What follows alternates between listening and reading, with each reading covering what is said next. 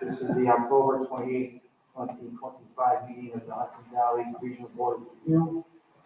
This hearing is being held via video conference at the following location: Portland Town Hall, 1 Haiti Street, Portland, Manor, New York, 10567.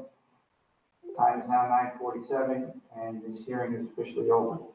Members of the board are Megan Smaller to my immediate right, Shaheen Badali to my far right, James Slavin to my immediate left, and attending remotely is Mark Kavanaugh.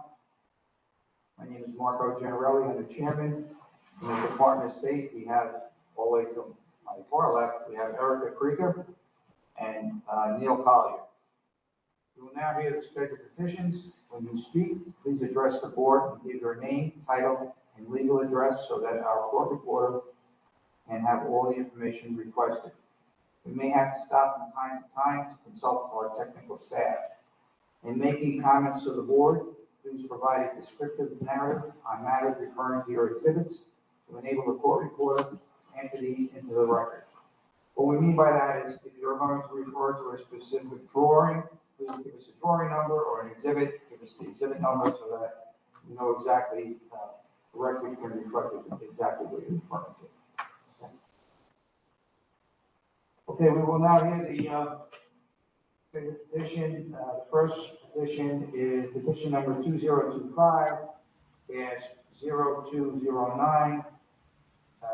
The petitioner is Congregation Torah Timmer. This is an adjournment from the April 8th meeting of 25.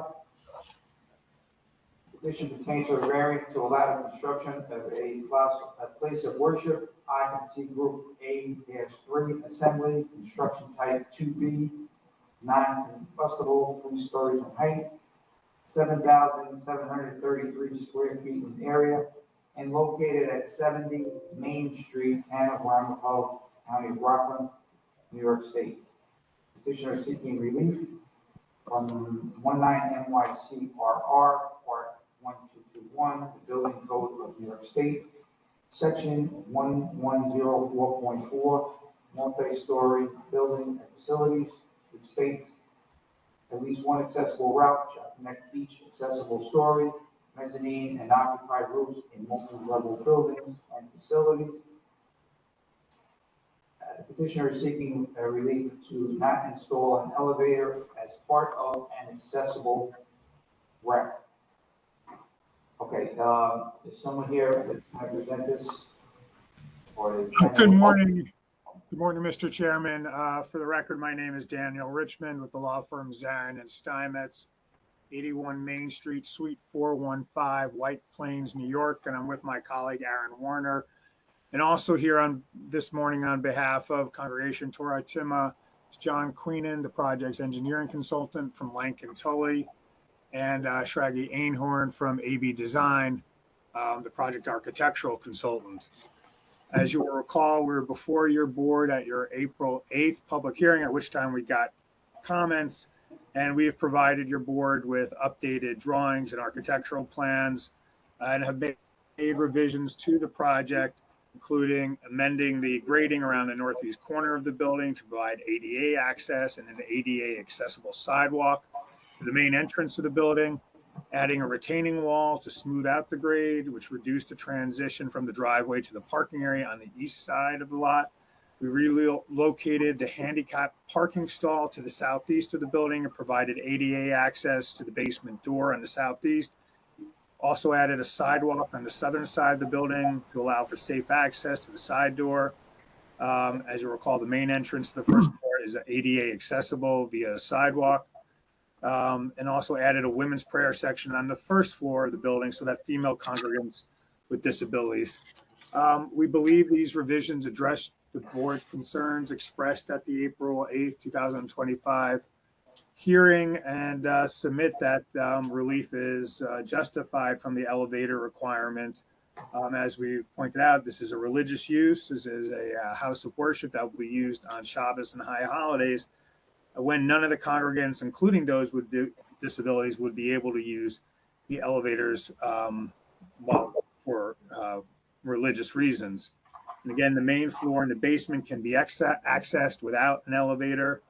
Therefore, we believe strict adherence to the requirement of an elevator does not meet the code's intended objective of access and safe ability. It's also impracticable as none of the congregants would be able to use the elevator. And of course, it would be in furtherance of important public policy because this is a religious use.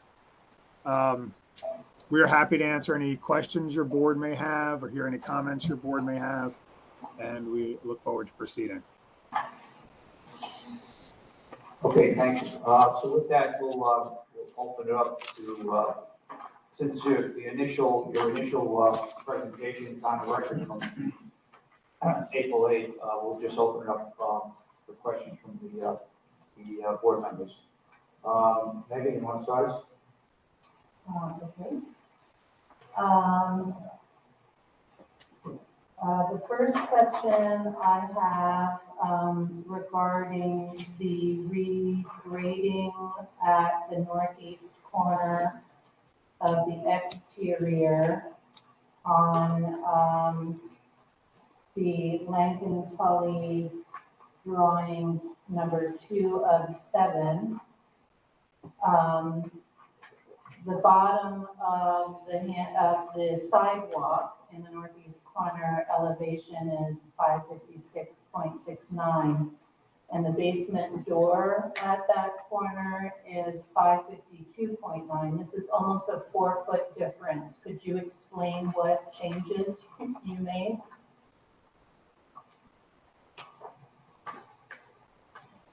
John, did you hear the question? Yes. So good morning, everyone. My name is John Queenan with Lankin Tully Engineering. Address is P.O. Box 687, Goshen, New York, 10924.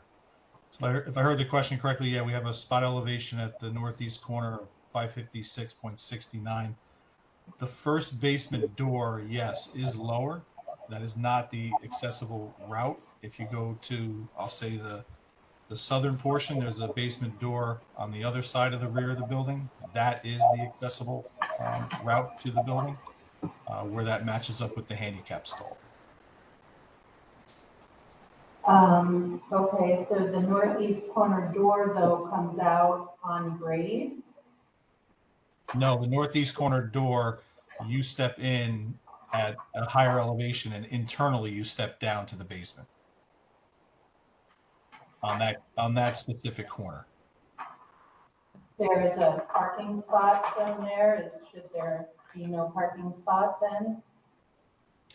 Well, no, you can have a parking spot because what grade is doing is it's dropping across the rear of the building to the opposite door. And so there's a pathway that goes down all the parking spaces so that if you come off that sidewalk, you can walk basically parallel with the rear of the building, and then you have cars backed off the building a certain distance. So floor plan A100 on the architectural drawing shows door 001. Does not show any steps or stairs either inside or outside. So the drawings are conflicting based on your description. And I don't see how this is possible. My second question is, what is the grade of that sidewalk from the front of the building to the back? Does it meet the code maximum grades for accessibility of 101? Yes. So the way the sidewalk was designed, that it has landings at the top and the bottom, as well as a landing in the middle. And then it goes with the maximum allowable of 8% grade for a handicap ramp.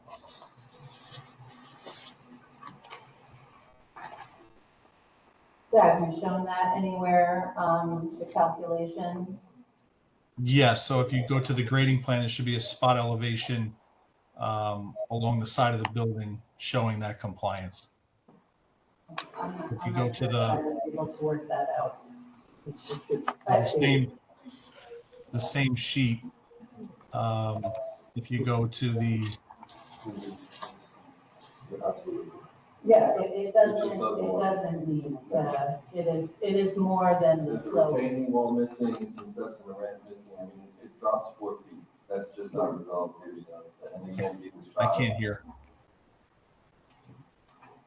We don't believe that the slope meets code, and there's also quite a discrepancy at the bottom of the sidewalk, with your elevations, John.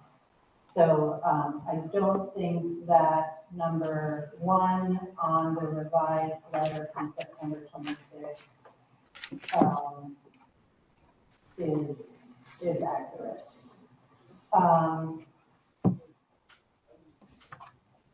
The other question that I had, has to do with the site as well, on the same, to the sidewalk access to the side door on the south side. It says proposed concrete sidewalk with landscape steps. Can you explain, what the grade is at the sidewalk, and what the elevation is at the door, and how that sidewalk is stepping up or down, or maybe? That sidewalk is stepping up in what they call landscape steps. So you have like a 6 or an 8 foot section of sidewalk, and then that steps up 1 step, and then you go another 6 or 8 foot, and you step up a step. So ultimately, that goes from the road, and you're continuing up to the first floor door there. Bouncy bounce. And that's what Okay, those so, and lines then the represent. grade is going down toward the back of the building, so there would be a retaining wall, railing, guardrail, all that. Correct. The steps would have a railing around it. It's like a staircase essentially, but elongated. Now I'm going to move inside. I see the women's prayer section that was added to the first floor for the women who would not be able to get up the stairs to the mezzanine.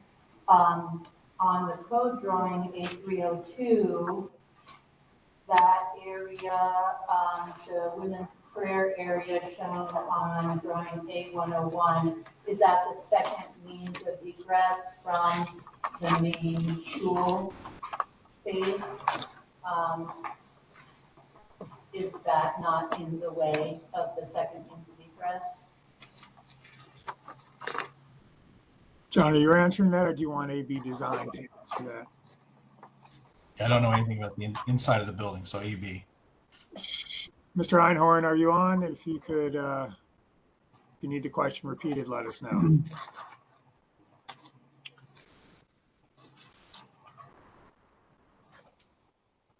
I'm sorry to interrupt. This is a reminder for those on the Zoom call, since I'm unable to see all the attendants. If you please announce yourself before you speak. And especially if you're an attorney, you can announce your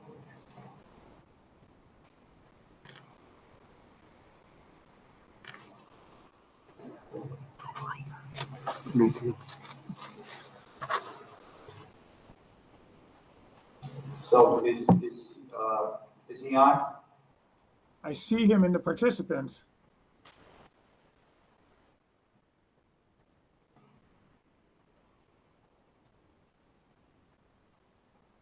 All right. Can we Yeah. come back to that question? Let's move on to the next one while you're trying to get that straightened out. That's it for me right now. That's it. Yeah. Shaheen? Thank you.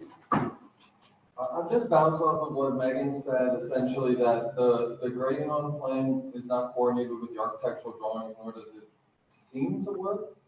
I'd also personally, if you are able to work it out, I'd like to see the railings on the site plan as well. If it is an accessible ramp, I think that should be coordinated.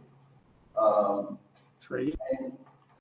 And I also don't believe that it's acceptable. I think it was kind of stated that you would walk through the path of the parking spaces, but if cars are parked there during the time that a person needs to use that path, I personally don't feel that's acceptable.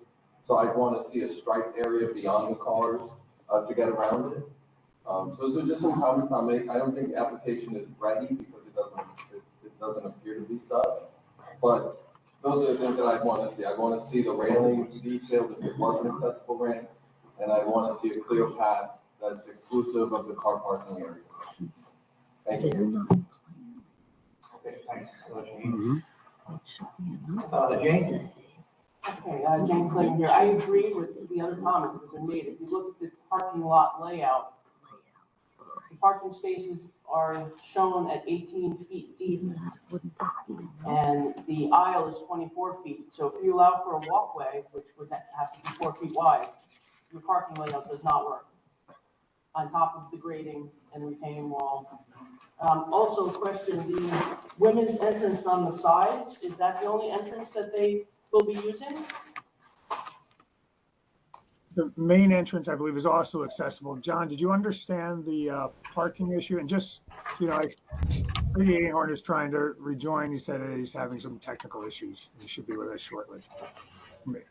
So yes, I understand. I understand the comment on the parking. So yes.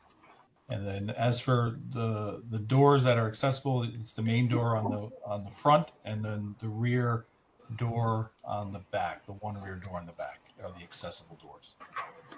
Right, but if I understand correctly, the women are only using the side entrance that's depicted as women's entrance? Oh, on the architecturals, I think she's referring to the architecturals. I'm not sure which door is that, Dan? That's the door on the south? On the south, on the front side? It's the south side is the side of the building? Yeah.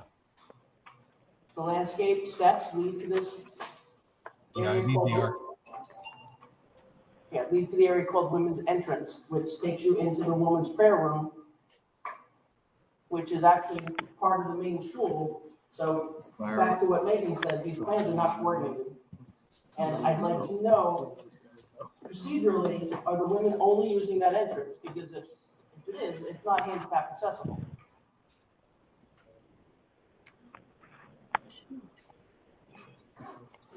Hi, good morning. Can you hear us? Me?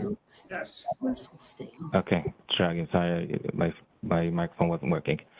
Tragi, for the record, so Tragi Einar working under manual Android as an architect in 198 Orange Avenue, Southern New York, with the architectural team. So if I understand your question correctly, you're basically asking the entrance for the women's section where the women's prayer room, if that door is used as a second means of egress? There were two questions. That was my question. Was that you have identified an area in the main shul for women who can't access the upstairs. Much appreciated for that. But it seems to be in the way. I'm not sure it's called a room. I'm not sure if it has partitions. And walls, right? And it is part on the code drawing, A302. You need a second means of egress, I assume, because of the occupancy count in this, over 49 people. Would people still be able to use this as a second means of egress? That was my question. Okay, great question. So basically to answer the first one, the prayer women's section does not have any partition, any wall in that. It's just a section of any handicap accessible. As someone handicapped needs to have a section that we just dedicated that for them, and that woman's entrance door is basically used as a second means of egress. That's correct. I hope that answers your first question. And regarding the second question, not sure if I understood it right, but basically getting off, if you don't mind repeating, you're getting off on the second floor? What is the question? No, that was Jane's question was, is the women's entrance the only entrance into the building that women use? And if so, the pathway leading up to that entrance would need to be accessible. Right now it says that it's landscape steps. So the accessible route for that woman section is basically using the front door, which that's ADA accessible. And we need to have as per code, we need 50%, and since we have two doors, this still gives us the 50% of accessible. I'm sorry, sir, sorry to interrupt. Could you please, announce your name one more time, please? Gentleman on the, WebEx? I'm sorry, I couldn't hear the comment. If you could repeat. Yes, sir. You can please, the gentleman that was just speaking, that's showing up as a phone number, you can please announce your first and last name? Number beginning in 845. Could the architect announce his name again, please? Hi, Joshua Leviton. How are you? Oh, No, Are you see me? Sorry, a little bad connection here. We can hear you, Josh. Oh, how you doing? All right, it looks like his name is up there now. no, he's for a different Do you state. see? the gentleman that was just Okay. speaking that had the exchange. No, they're for Who is just speaking? Are you? Sorry about that. Who was just answering the question regarding the woman's entrance? I think Mr. Einhorn answered that they would that the women had access through the main entrance. And Josh Okay. left. That's correct. The court stenographer would like to have the spelling of his name. Schragi, Shragi, Einhorn, Einhorn. And we're now joined by Joshua Levitin, last name Levitin. No, I think we're still confused here. The gentleman that it's not, Mr. Richmond that's speaking now, the gentleman that's highlighted right now, number at the beginning of 845, that just had the exchange. If you can please announce your name once more. I'm not sure if you can hear me. The number that's showing is 845. That's That's Shragi. I know that's me. My microphone wasn't working, so I just called in from the phone, just using Mr. microphone. Einhorn, okay, thank you. So I guess I'm a little confused as to why you have to name this entrance, woman's entrance, if they're going to be using the main front door. Why is it designated differently?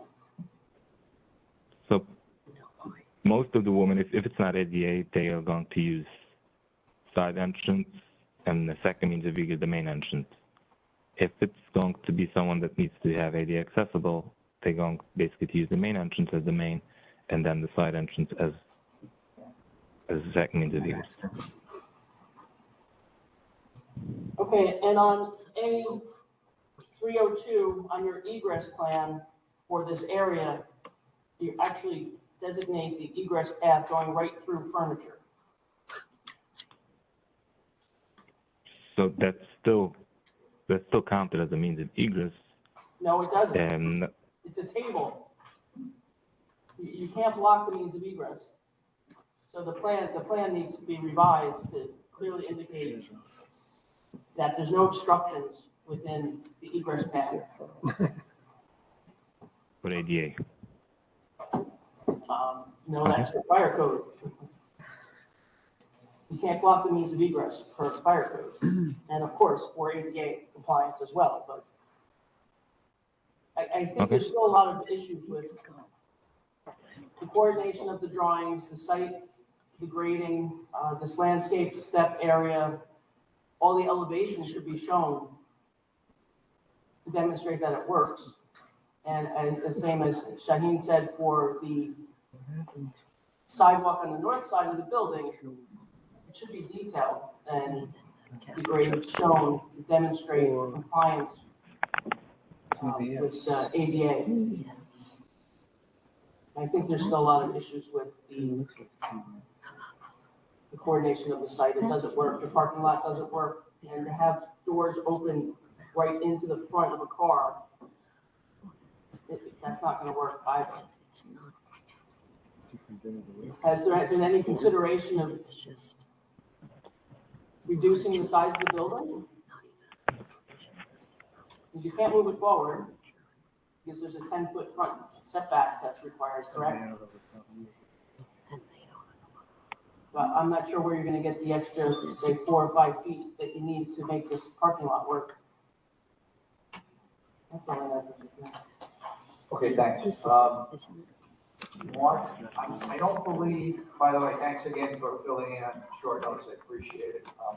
I don't think you were participated in the original application back in April, but do you have any questions or comments? No, I took a look at the material last night, and all my questions have been addressed by the board already, so I'm all set. Thank you. Okay, thanks, Mike. Okay, Mr. Richmond.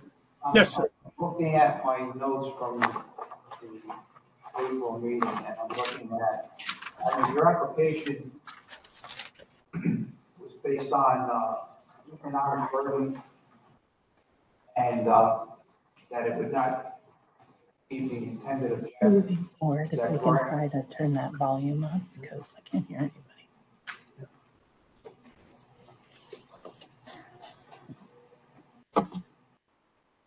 I'm sorry, sir. So on page 4 of your original application for Yes. the variance, you have to indicate what you're gonna take the variance on. You checked off, or someone checked off, I shouldn't say you, but someone checked off that it would create an excessive and unreasonable economic burden. It would not, and it also would not achieve its intended objective. Correct? Mr. Chair, based on your comments in April 8th, as we set forth in our September 26th letter to your board, we have refined the criteria that we are acting pursuant to.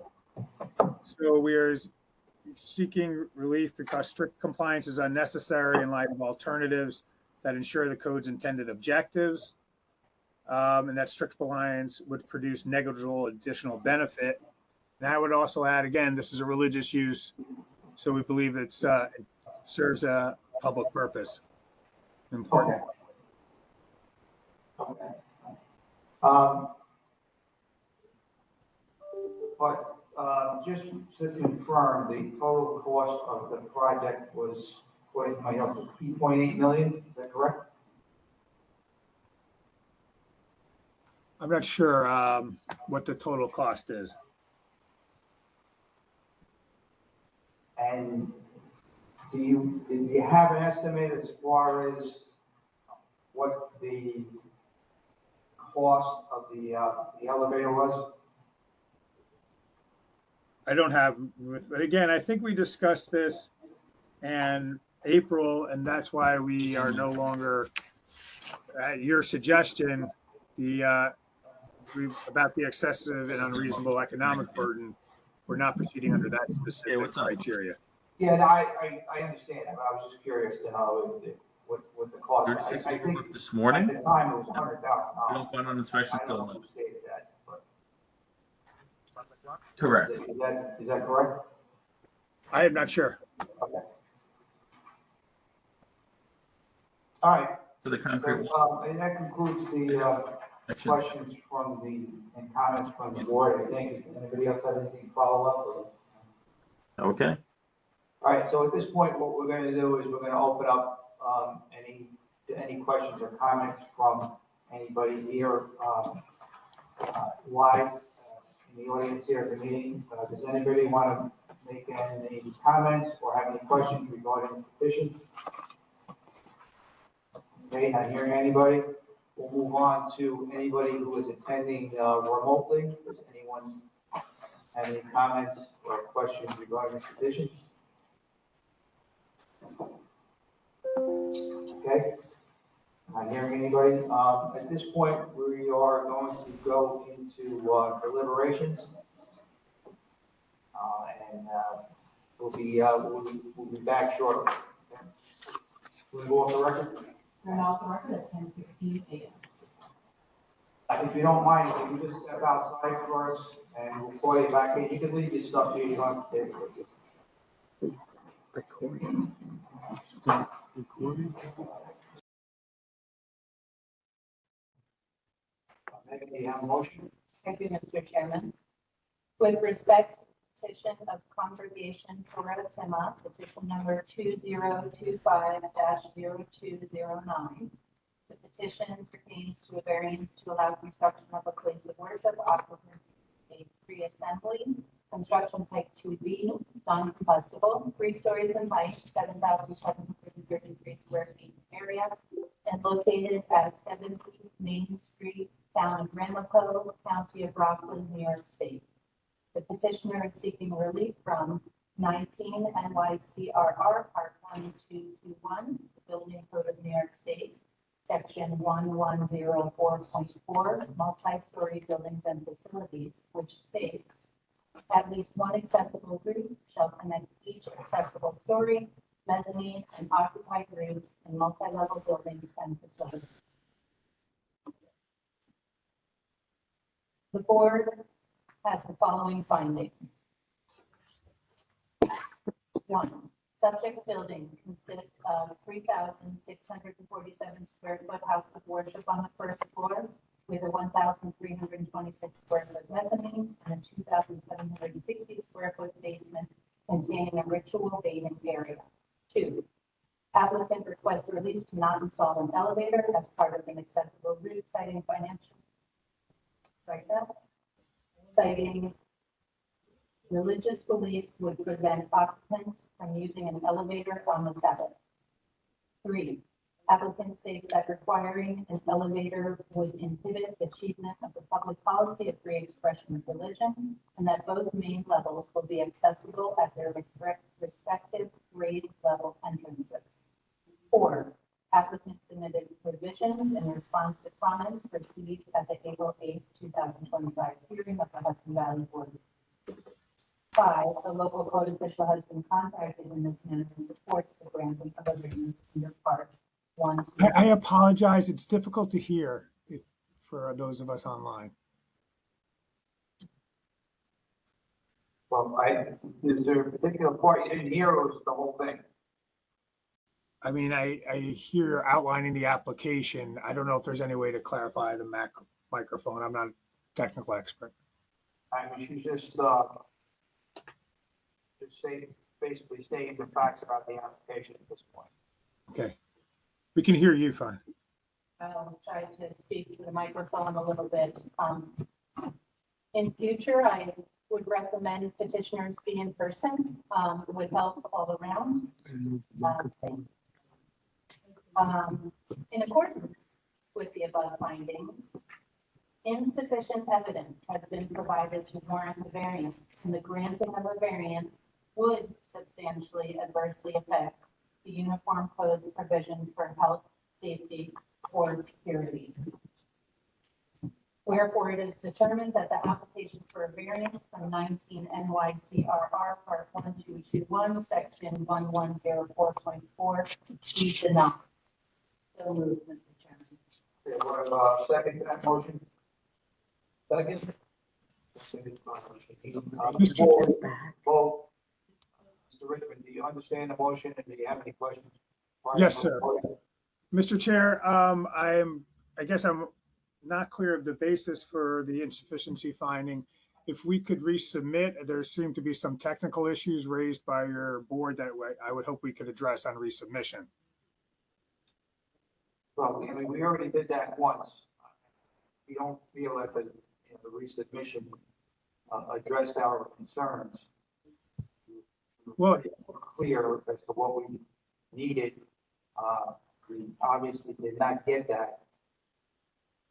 There seems to be some conflict between site plan and the architectural drawings, which is one of the issues that we raised. So, at this point, the only thing we can do is deny the application. You can resubmit. I mean, I believe, Mr. Chair, correct me if I'm wrong, I think your board believes there are some discrepancies between the architecturals and the plans. If those could be addressed on resubmission, I think we can address your board's concerns, those technical concerns. So what are your requests? I would request, that the denial not be issued, that we be allowed to resubmit to address your board's concerns, because again, it seems technical as I understand it. And I think we can address that on resubmission. All right. Can we go off the record for a minute? Yes, you're off record at 10:45 later. Do I stop recording? Report the adjournment, please. Thank you, Mr. Chair. I know we're back on the record. I would like, Hold on, yeah, hold on. Okay. Back on first. sorry, sir. Put back on? You're back on record at 10. Yes, I have you back on the record. So we're back on the record, Mr. Richmond. I understand you have a request. Yes, Mr. Chair and members of the board, we respectfully request that we be allowed to address your board's technical concerns. We understand your board's not against the proposal, but we have technical issues to address, which we will do for the December 9th meeting, which we understand has a November 25th submission deadline, if so acceptable to your board. Okay, yes, so we'll grant that request for an adjournment, and hopefully we'll see you on December 9th. Thank you very much, Mr. Chair, members of the board. Appreciate your accommodation. We're on the record. We're not back on record at 10:29.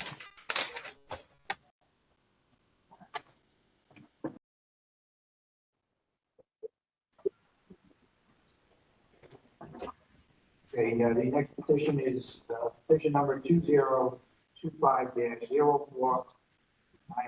Petition is Eli Steinmetz.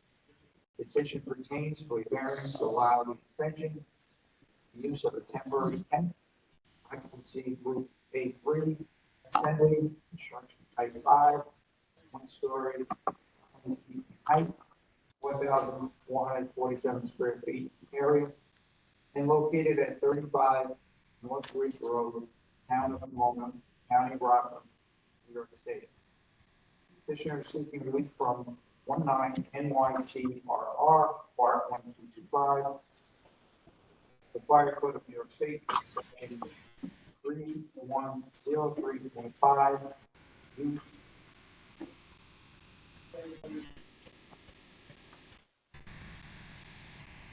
Use period.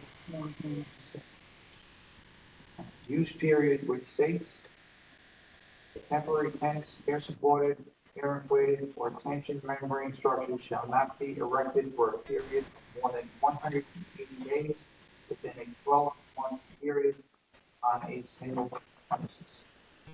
Petitioner is seeking relief to allow continued use of a tent for more than 180 days. Is there someone here present that's going to present the petition? You want to sit here, fine. A little harder here. Yeah. Good evening. Good morning, Mr. Chair. Again, my name is Daniel Richmond. Also with the applicant in person, I know you have Rabbi Naftali Maris from the Chabad of the Heights and Mark Moseson, the applicant's technical consultant and expert. And I believe Josh Leviton, the project architect, is also still on. Okay, so who's going to present? Mark, do you want me to start? Yes, please, you can make it. Okay. Good morning again, Mr. Chair, members of the board. As you may recall, my name is Daniel Richmond with the law firm Zarin and Steinmetz, 81 Maiden Street, Suite 415, White Plains, New York, 10601. Here on behalf of the Chabad of the Heights, and with me or in person, you have Rabbi Naftali Maris for the Chabad, as well as Mark Moseson, the applicant's technical consultant, and also joining remote is Josh Leviton, the project's architect. As you indicated, the Chabad did have a synagogue at this location that was permitted pursuant to a special permit. However, it was destroyed in a fire on April 2024, resulting in a loss of the structure. As a result, the village of Pomona, in which this project is located, granted a special permit to erect a tent on site for weekly prayer services. The tent was permitted and is up, and upon completion was inspected by the village building and fire inspector and deemed safe for occupancy. The applicant remains committed to keeping it in safe and compliant condition.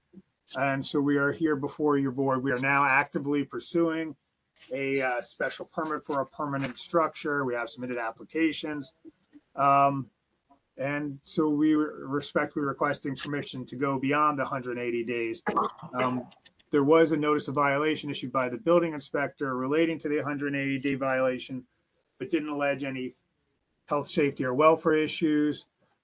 Again, this is a religious use, so we are asking that your board accommodate it because it would impede the achievement of an important public policy, including the beneficial nature of religious uses, create an excessive and unreasonable burden, and would not be unnecessary in light of the alternatives, which would not present a loss of safety or achieve the intended purposes of the code. Okay, thank you. Rabbi Maris or Mark, if you want to. Thank you, Dan. State name. Mordecai, Mark, who's the son, my residence at the time, New York, 10970. I am a member of the congregation, a member of the board. I'm also the general contractor for the congregation. I started the renovation in the old building before it burned down, and assisting them with the applications that are now before the facility.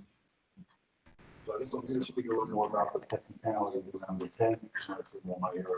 Please, in terms of the construction, we contracted a reputable tent company, provided us with a tent.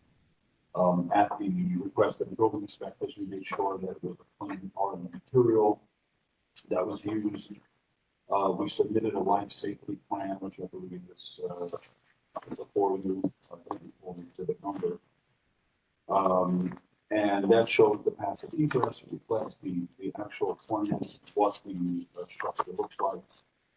It's constructed on podium base, wood podium base. Above that, we have fire extinguishers installed throughout. I think the signs installed. We have permanent electric in the utilities. We have permanent water, the water connection, this is the water connection to the Veolia. We have our source of fuel is propane tank that we control on site. We put in aerators, the propane tank onto the driveway. The propane tank was installed by a professional propane company. They tested all the lines prior to energizing with propane. The building inspector came on to cross-check within the tank. We initially tried to do electric with a heat off, and it's very difficult to increase the temperature there. So we switched to a propane fed heater that's about 10 feet outside of 10. And we kind of kept it away from the structure. We made it to the winter last year. It was somewhat effective. And I'm here to, I guess, address any other issues, any technical questions. I would point out that we have the building inspectors have been on the building numerous times. As of now, we are not aware of any violation or any life safety concern in the tent. We had an inspection as recently as September, just a month ago. At the time, they didn't give us any issues or concerns. They did mention something about the longevity of the flame retardant tents being affected by the time. I was not able to submit this in advance of the meeting, but I received an email from the manufacturer, which is before me, that states that every section of the fabric produced by Aztec tents contains a label identifying flame resistant characters that they produced, etc. More importantly, they are produced so that they are inherently flame retardant and thus will never require additional application of flame retardant chemicals. So it's designed, I guess, forever as long as the material is used. It's not affected by solar, sun or time or whatever. We've had some issues with tent like grips and whatever, and we repair them with the same material as well. So I'm here to answer any additional questions. Okay. All right, before we move on to the questions, do you have anything you want to say, sir? Yes, my name is Pascal Maris. I reside at 88 Drive, Mondo, 970. With online and socially aware, You don't imagine how good it would take at 4 o'clock in the morning to find out that the entire place isn't going from nothing was saved. Everyone lost everything, whether it was wish article, whether it was kids' toys, whether it was an absolute catastrophic disaster. We're still dealing with the insurance. And, burden is beyond, trying to get everyone back together. It was not an easy task. We had approximately 50, 60 people in total, with about, let's say, 30 or 40 children.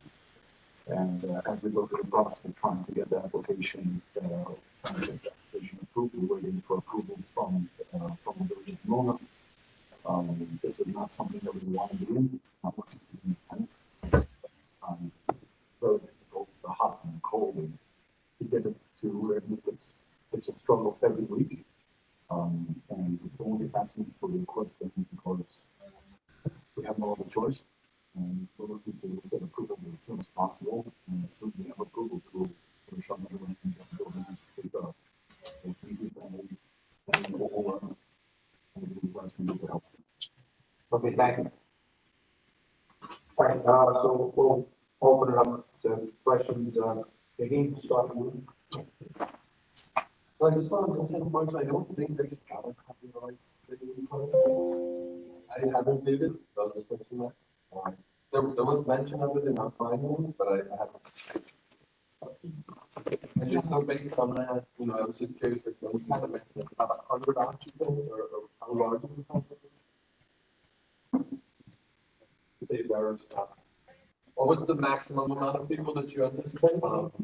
maximum amount of people, I'd say it's about 80. It does not definitely exceed that number. 80. Okay. And so great. So I can look here, but okay. So there's essentially 4 exits from the building.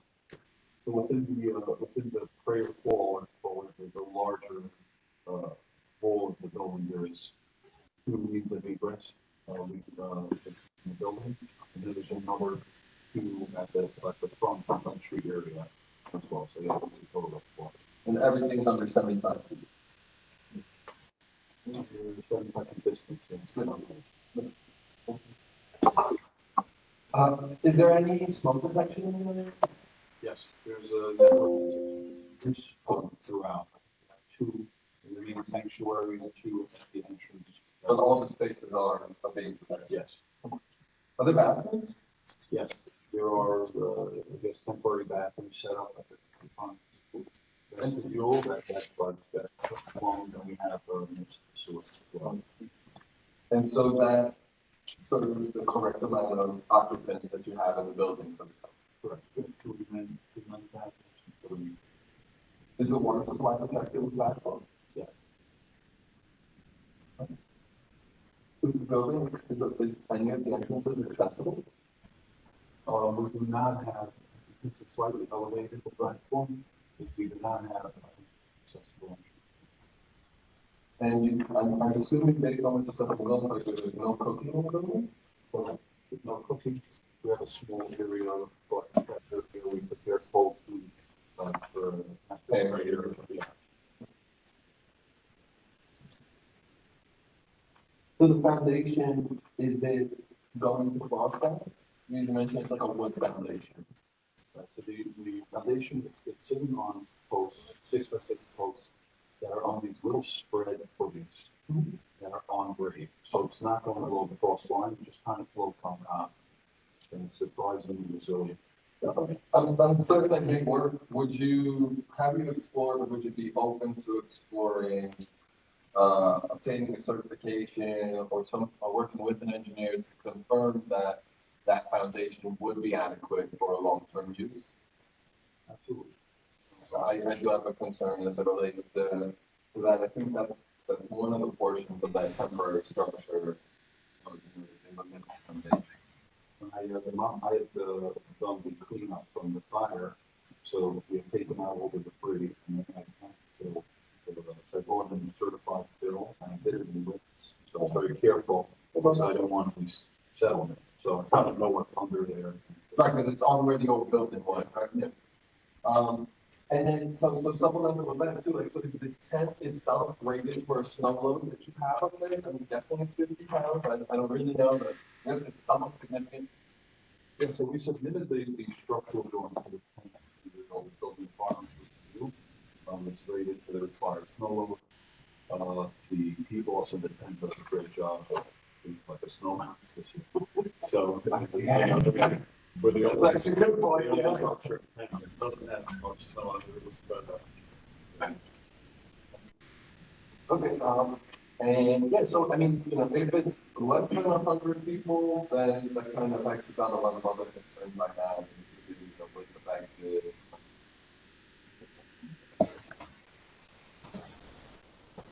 Okay, Megan?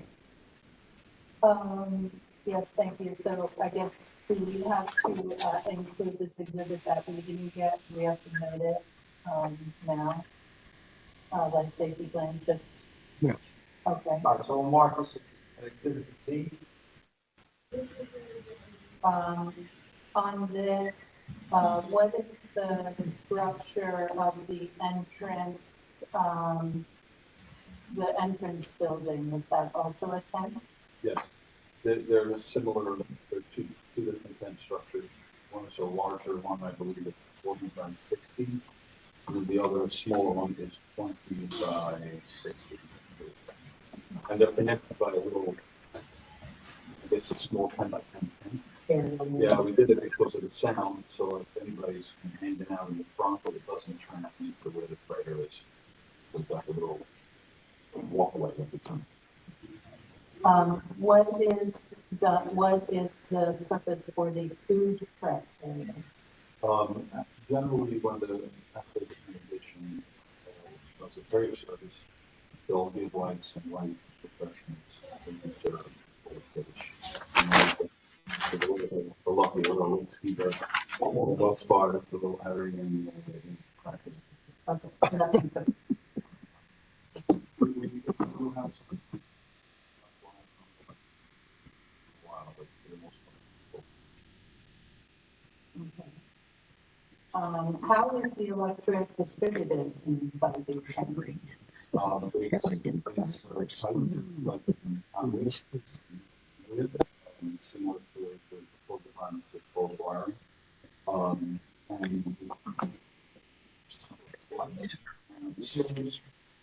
they say this one, it is. It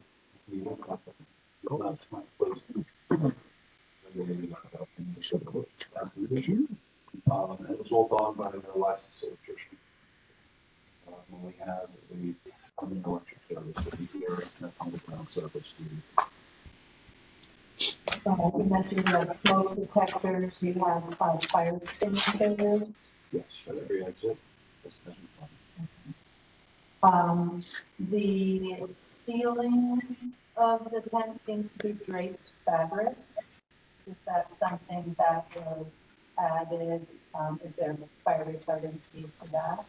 So that's part of the tent setup. And it should be covered under the.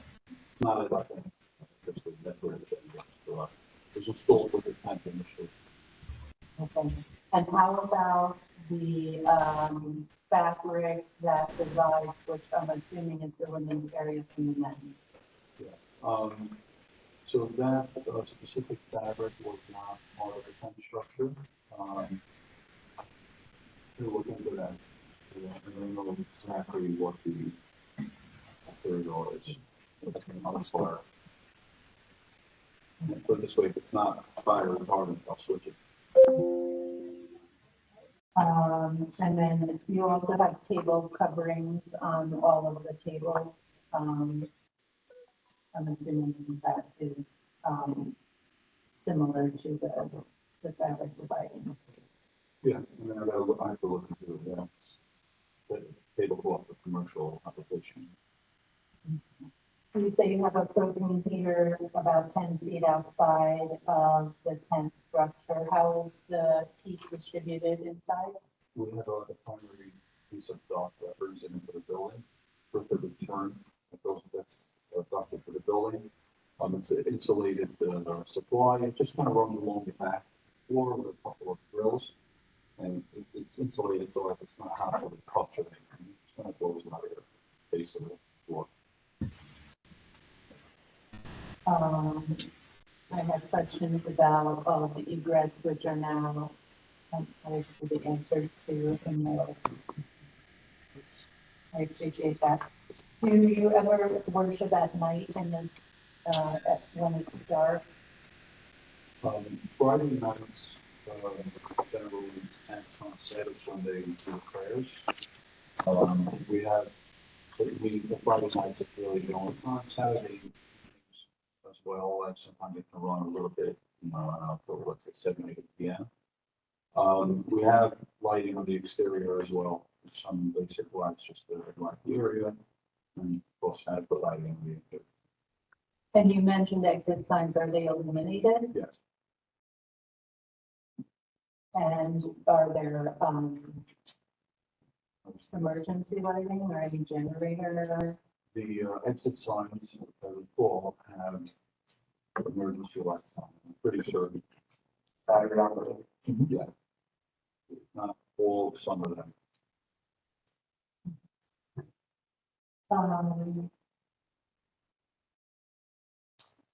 You are seeking permits for a new, describe to me the new synagogue. Well, And is it here? yeah, so it's back on the same side. So as soon as we commence excavation, it needs to come down. So we'll figure out something temporary while we're building. The building is a little under 10,000 square feet. It's basically replacing what was there. So it's a bigger, it's the program lasts up to 10,000 feet. It's got a small vent space, I would say, basement downstairs, which is walk out onto North Bridge. And then the entrance, which is on the first floor, is walk out the overlook. We're still before the PAC board, so we're getting their input still and making modifications for the application. Yeah, so it'll be, accessible, it'll be state of the art, so. What did you do between the time that the fire occurred and the time the tent was set up, and what will you do when excavation for the new building is done? So, during that period, honestly, it was like, we were just kind of recovering, because we had like a devastating loss right before the holidays, Passover. We congregated in some people's homes, there are some large homes in the area, so we were able to use my basement, et cetera. So it really wasn't ideal. Some people had to put up and create synagogues, walk periods of time to get there, get some children and all that. So it was really tough, honestly, which led us to try to do this in time for the following holidays, which was Rosh Hashanah. In terms of what we do in between, we're considering two options. Option one is to relocate the tent to part of the site that allows us to build a building where it's done on location. Let's see what's preliminary, and we have to work with the building department, and practice some grading to allow that.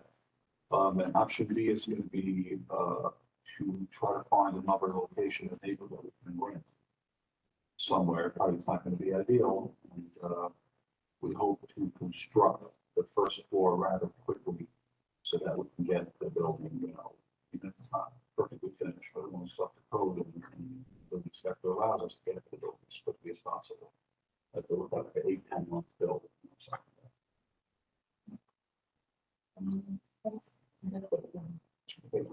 Jane? Most of my questions are answered. How far is the propane tank from the structure? The big thing is roughly, I'd say roughly about anywhere between 15 and 20 feet. And you said you have it protected from. I have like 2 jersey barriers that are cool, but filled with the sand in front of it, so if anyone comes down the driveway, actually, thanks. Yeah, and there's a small line running like the grade. Okay, thanks, Jane. Mark? Thank you. I apologize if my questions are duplicative. It's kind of hard to hear. So if I understood you correctly, you have a fabric sided building and I'm trying to figure out what are the doors like? Do you have, is it flaps or is it actual physical doors? Yeah, so we have, what we do is we took a typical like thermatrue door that's used to the exterior and we just like posted it on either side. So we have like a regular entrance door that would be typical on a house. It's just kind of posted and tied to the tent. Does that have panic hardware on them? Yeah, it has a combination lock and,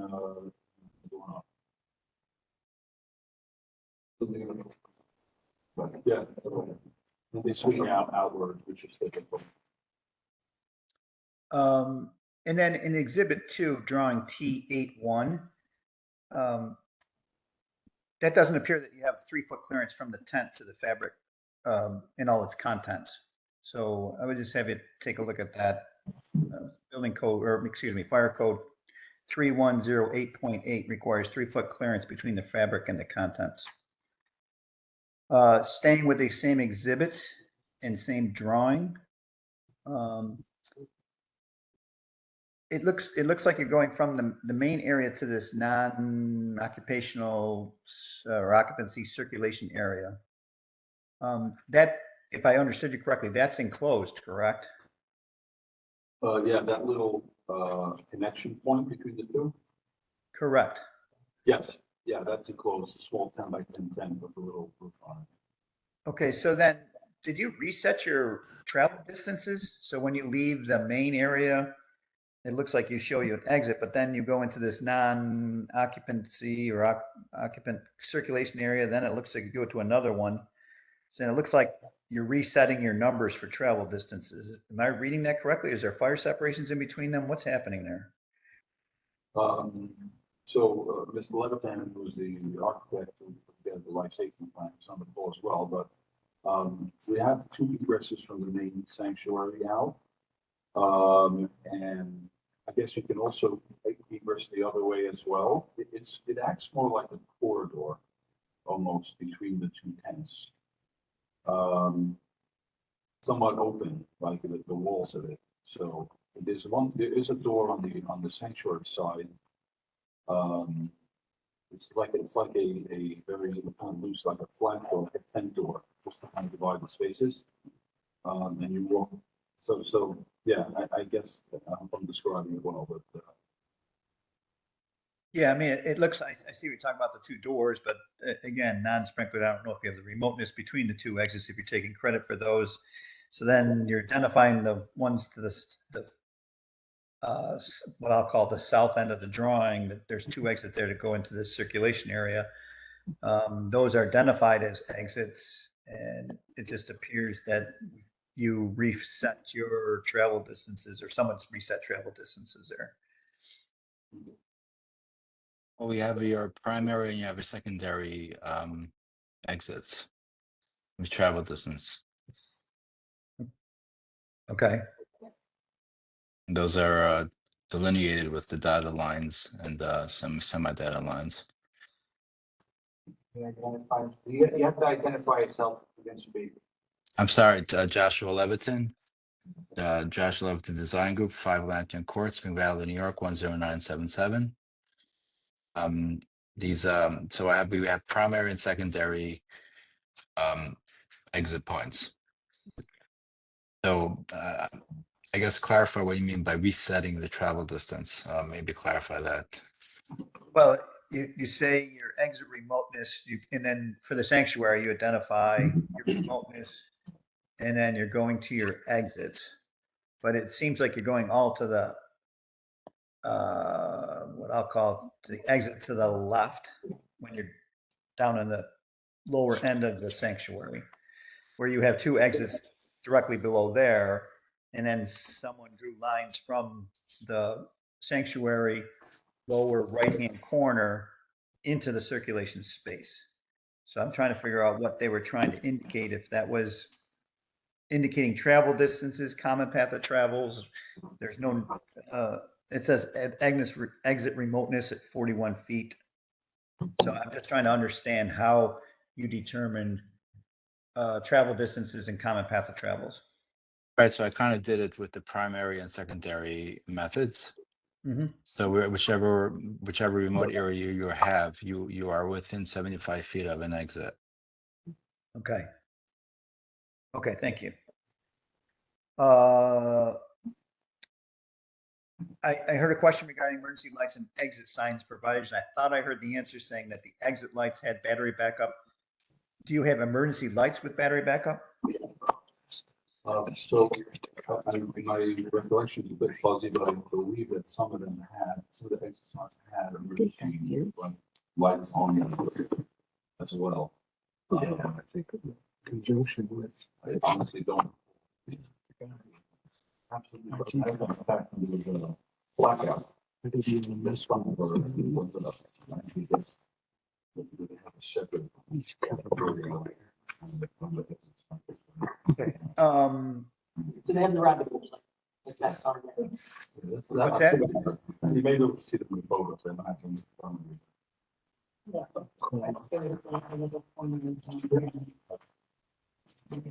So my fellow board members can see photos?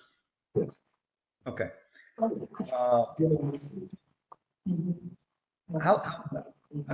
How long are you anticipating? Well, I guess the first question, I guess, is it, I heard a couple different things about where you're going to build. Are you going to build on the current site for the new building, or is that still up in the air? So yes, our proposed building, which is before the village boards for their approval, has the building footprint right where the tent is. So day one, when we commence, the tent comes down. And we're trying to figure out another solution. We may want to relocate the tent to another part of the property or find another temporary place while it's being constructed. Just in terms of timeline, you know, ideally, if we were to get approvals, let's say in the next 3 to 6 months, you know, assuming that the financing is in place, that we want to commence construction right away. We requested a longer period of time because obviously the things are not in our control. Once we get our zoning approvals, we'll still need to get building department approval. So, you know, we left a longer time frame just to kind of cover that worst case scenario. Right. And then I heard you had a fire alarm system in there. Does that also have carbon monoxide detectors since you're heating with propane? Just to clarify, it's not a fire alarm system. It's just smoke detectors that also have carbon monoxide detection as well. You do have carbon monoxide? Okay. Yes. And then is there a procedure regarding weather? I know you talked a little bit about snow loads, but mainly with fabric tents, the bigger issue is wind. So is there any procedure out there requiring when the tent's not to be used when winds reach certain MPHs? Generally, I was told that the tent is structurally safe under all, I guess, normal conditions. The tent company comes out to inspect it every 3 months or so.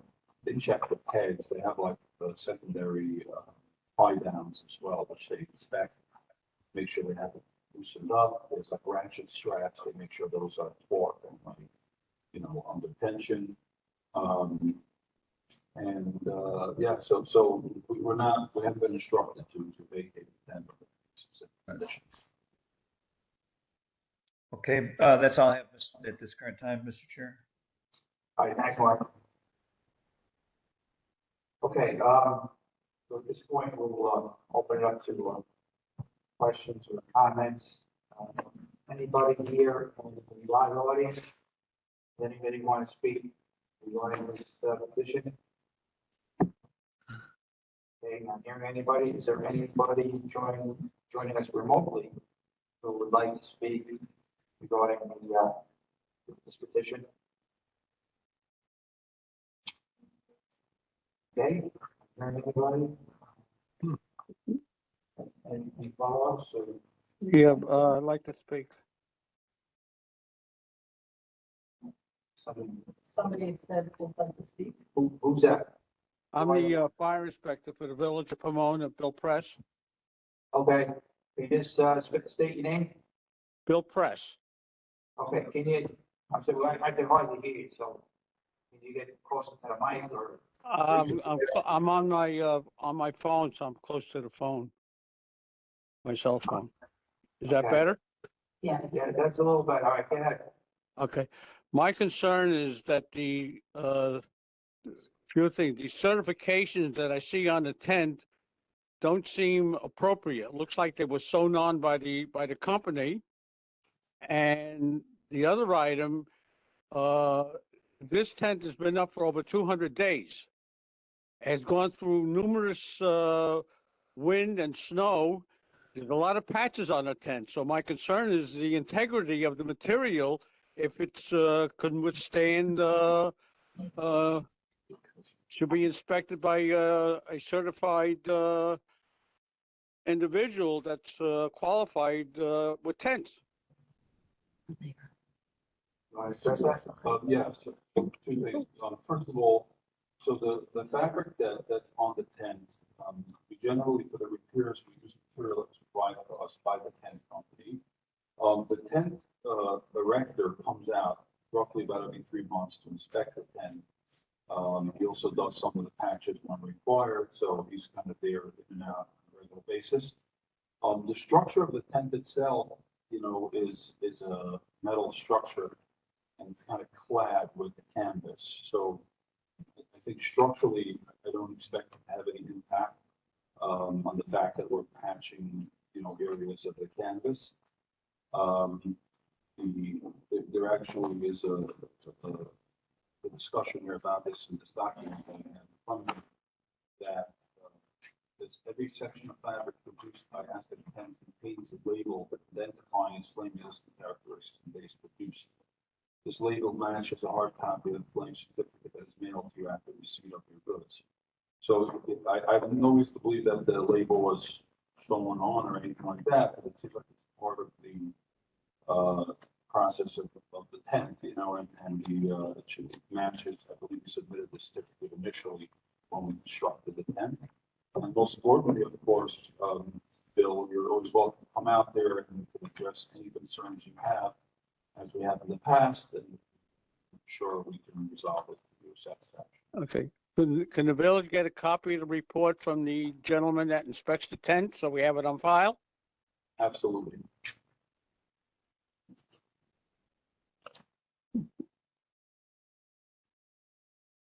Okay, you have any other questions? No, that's what I have for now. Okay, Thank you. Thank you. I have one. All right, Jane, one more question? In the potential finding of fact, it states that they're requesting an additional 180 days. Is that correct? Yeah, I was gonna ask that myself. Just for clarification, you're asking it to be extended to the end of March of 26. Is that correct? Another 6 months. We're gonna set a time period here, so, it's fine. If I recall correctly, Dan, maybe you could assist me with that. I believe that we had initially requested up to 18 months or something like that. I'm not sure how the additional 180 days came about in the application. Is that what's listed in there? In the application, it says additional year, but that was from. So I think that the code says that a structure like this is allowed for 180 days within a 12-month period. So you're requesting an extension, maybe it automatically puts it up to an extension of that measure. Specific dates in here. I mean, board members, if I could just, a question on that. As you've heard, we're in the process of trying to get a permanent structure approved. That's going to take some time, obviously it takes some time to build. I don't know if there's a process where we can get more than, past March 2026, subject to us, having the tent regularly inspected as we discussed, providing copy to the village fire inspector, et cetera. So, all right, so the question is, we're gonna go with March 23rd, 2026 date. You comfortable with that? I would prefer if it could be longer if your board is comfortable with it, because I think the reality is, again, the approval process and the construction will likely bring us past that. To win. So what's the date that you're looking for? Again, if there was, I would request a 12 months from. This is a letter from you. That's March 25th, 2026. But I thought we were building, I thought they were building on the site where the tent is, so the tent comes down when they're starting to build. I think we're exploring whether the tent could be, maybe juxtaposed on the same site. That's something that we have to work with. That would reset the clock though, if you took it down and moved it over. Understood. May I address the board? Sure, go ahead.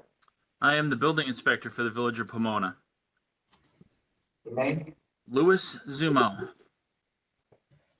The tent has been up for almost a full year already. So the violation went out after 6 months when the tent was up for more than it was supposed to be. So if you're going to go another 6 months after that, and then another 6 months after that, you're going to be up for 18 months past the expiration date. We understood, but I think, we've addressed any public health, safety, welfare concerns. And as long as that remains in place with, the inspections we've talked about during this hearing,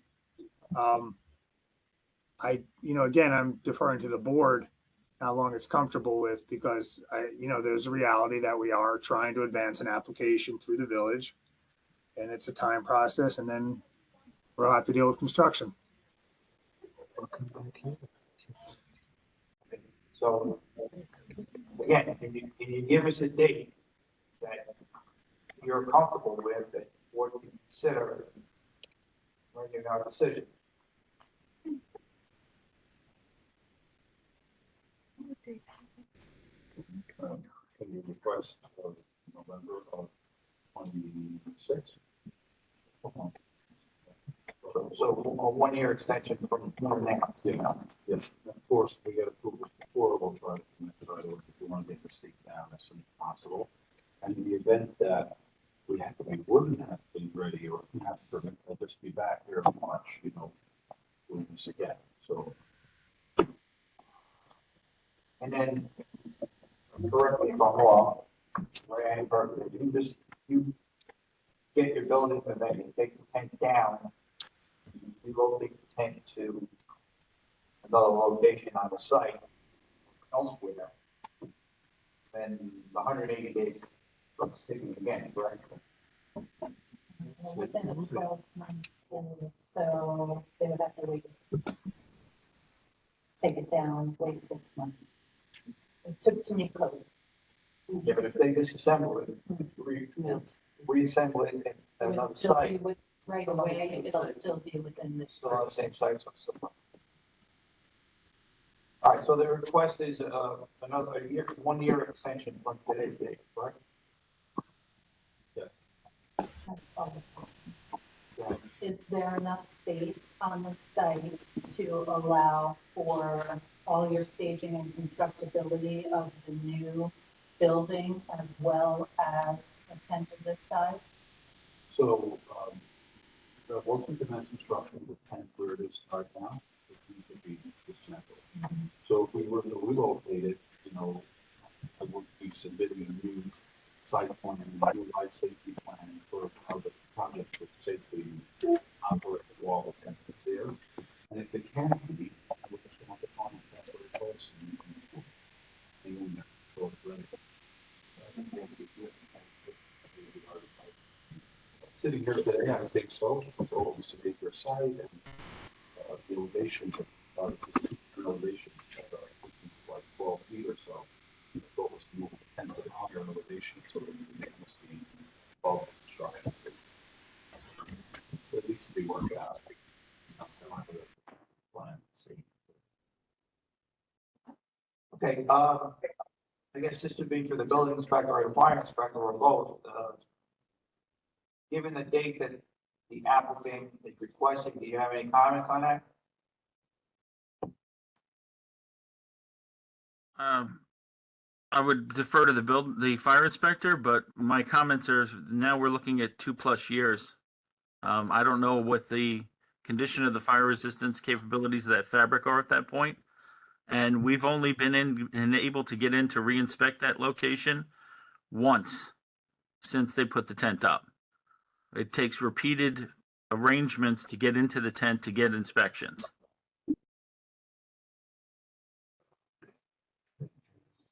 Academic sir, hi, my name is Hudson again, because you'll be here before this is not Polly Maris. I have personally been in touch with Bill Press. When he wants to get in, he texted me and I made up with him. It's not the first or second time that he's come into the tent, and at any time that Bill Press or Lou Zubo, for that matter, wants to get into the tent, I will 100% make sure that you can get in. This is to Lou and this is to Bill. So, my question for the building inspector or fire inspector is, what period of time, you want to make a periodic inspection, I understand that. What are you looking at? Monthly, bi-monthly? I quarterly? like to make the fire inspector, Bill Press. I like to make an inspection every month.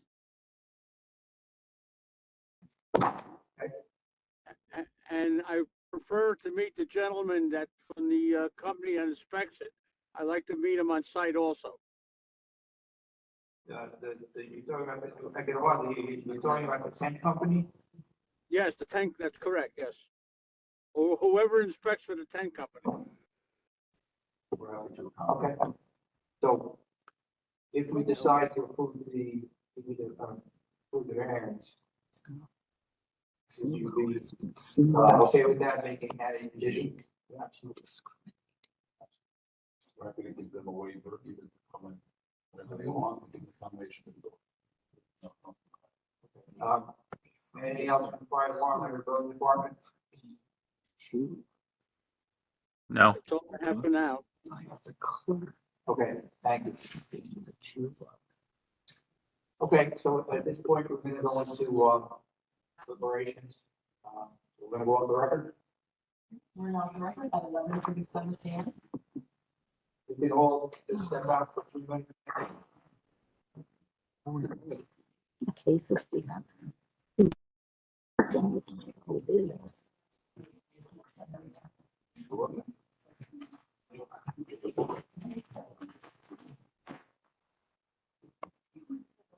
This is, we mark this as an exhibit, so.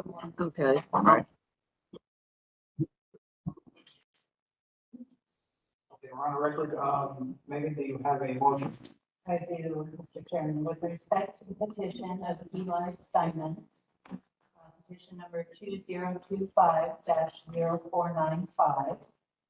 The petition pertains to a variance to allow the extension of the use of a temporary tent occupancy group A3 assembly, construction type 5, 1 story and 20 feet in height, 4,547 square feet in area, and located at 35 North Ridge Road, town of Pomona.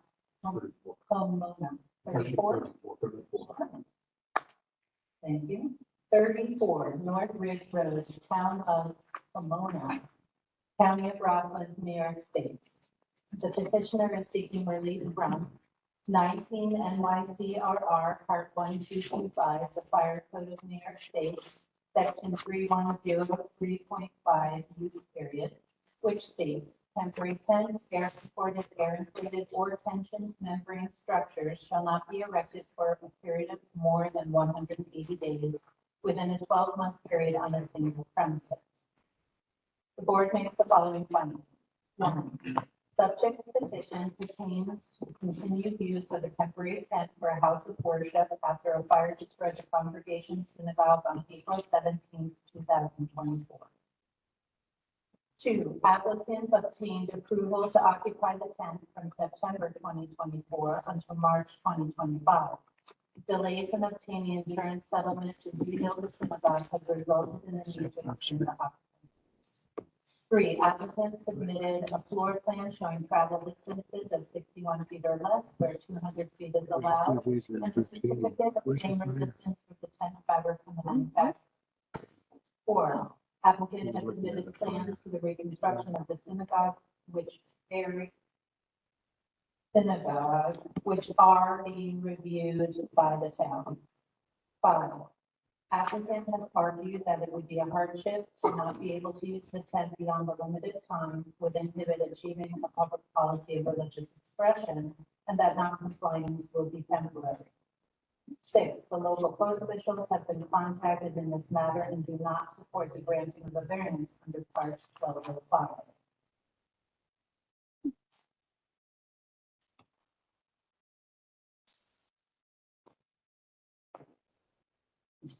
Strict compliance with the code would entail practical difficulties, unnecessary hardship, or would otherwise be unwarranted, because such would be unnecessary in light of alternatives which, without a loss in the level of safety, achieve the intended objective of the code.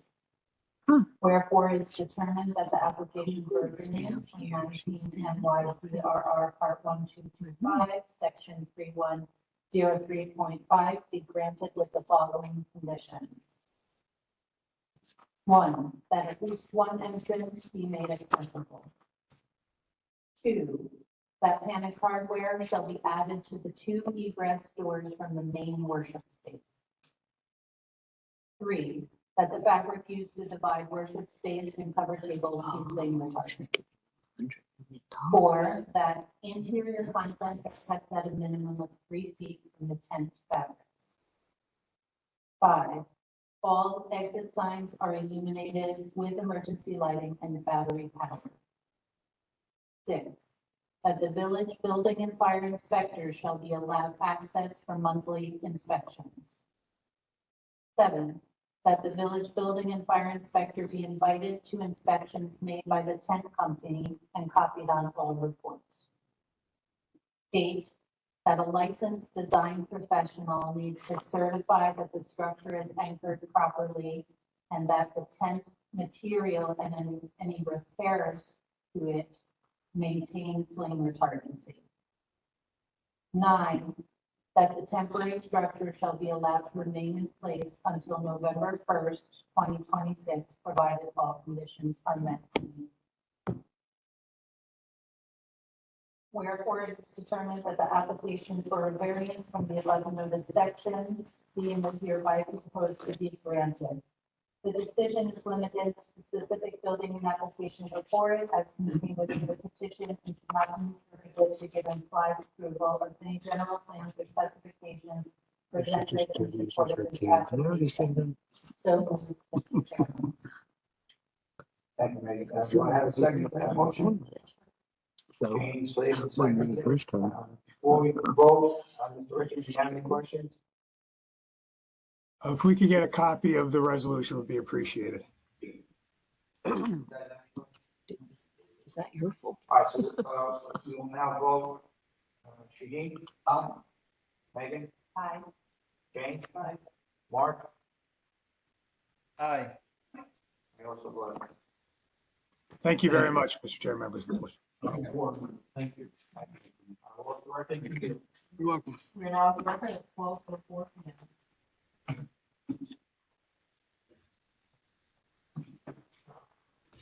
Are we going off the record?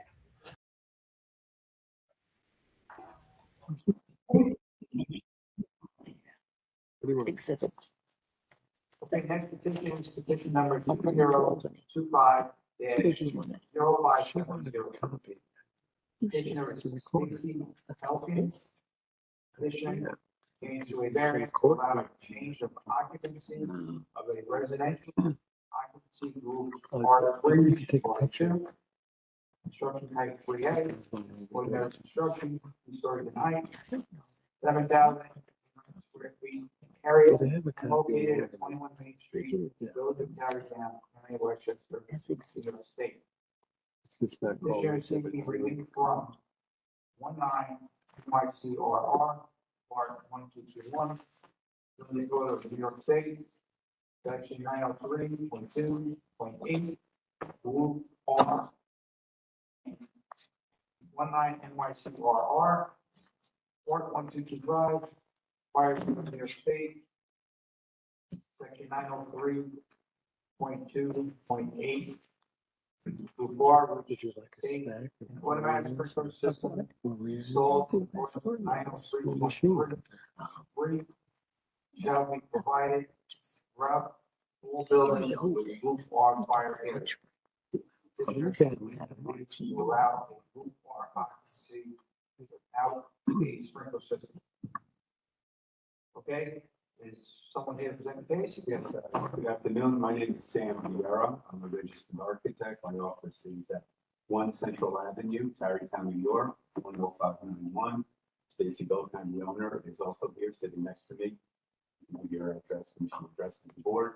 I want to clarify something also. I am a registered architect, and Ms. Belkin has hired me to be her local consultant. There was a drawing that was submitted to this board that was actually produced by another architect, Philip Burke, who was initially contacted to help resolve the situation, which was brought about because of a fire inspection.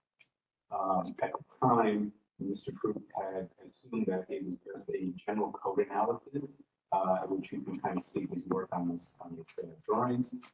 And this is morphed into a completely different set of circumstances regarding the requirements from the local village. So I want to clarify why you have a drawing from an architect than the one that's sitting in front of you. Thank you. So moving forward, the application essentially is that there was a fire inspection some time ago after some previous fire inspections where it came to the attention of Ms. Belkin that the village records show that there were only 2 residential units above the main ground floor commercial space.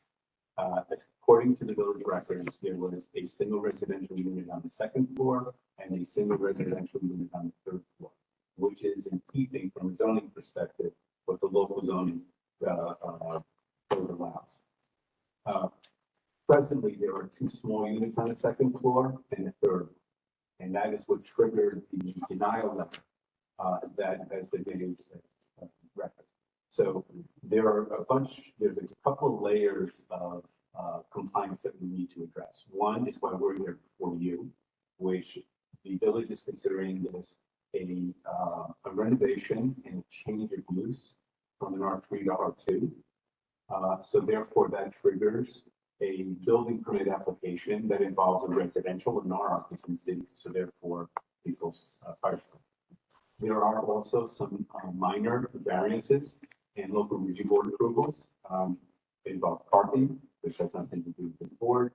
It involves also the size of the minimum size of the units required in the village is some, again, has nothing to do with this board, but it's also listed on the denial letter that we see.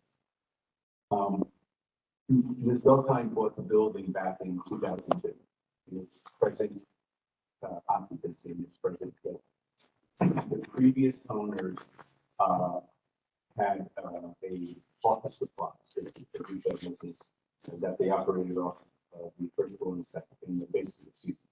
Ms. Belkin owns and operates an antique store, furniture store, and so essentially the use didn't change. It was retail, mercantile, and even from a local zoning standpoint of view, there was no use. So since 2002 up until recently, she's been operating a business and going through all of the fire inspections until this situation has arisen with the discrepancy in the village records. So nothing's changed as far as any renovations, proposed renovations. It's simply to legalize or attempt to legalize what's there. And of course that triggers. Stacy and I have spoken at length about the different options here. I also have submitted as part of this application some estimates for the 3 basic contractors that will be involved. There's the sprinkler installation within the building. There is the bringing of the water main, 3 or 4 inch calculation would require into the building.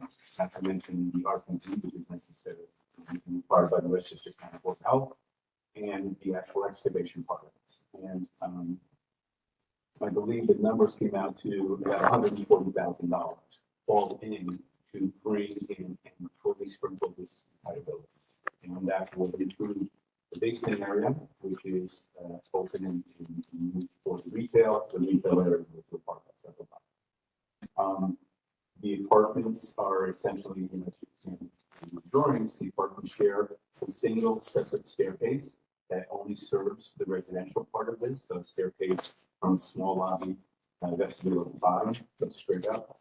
The two apartments on the second floor, and the staircase continues to wind around to access the single apartment on the first floor. Excuse me, the third floor.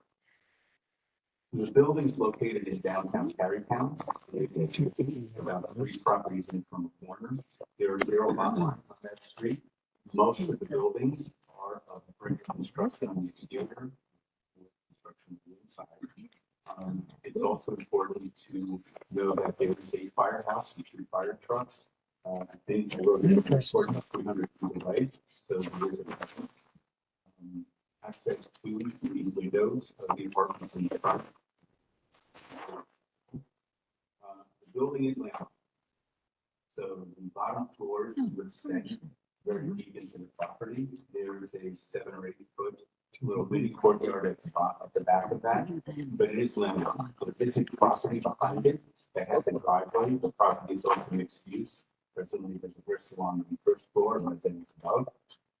But we also understand that that's not going to be that way in perpetuity, right? So, but in the present state right now, any emergency egress or any ability to get to that space in the back would have a driveway next to it. But it does not, to be clear, it does not directly connect to a public right. And that's kind of a synopsis. I mean, I had greater detail of square footages and so forth. I provided also a series of photographs to show you the bird's eye view. The relationship of the property to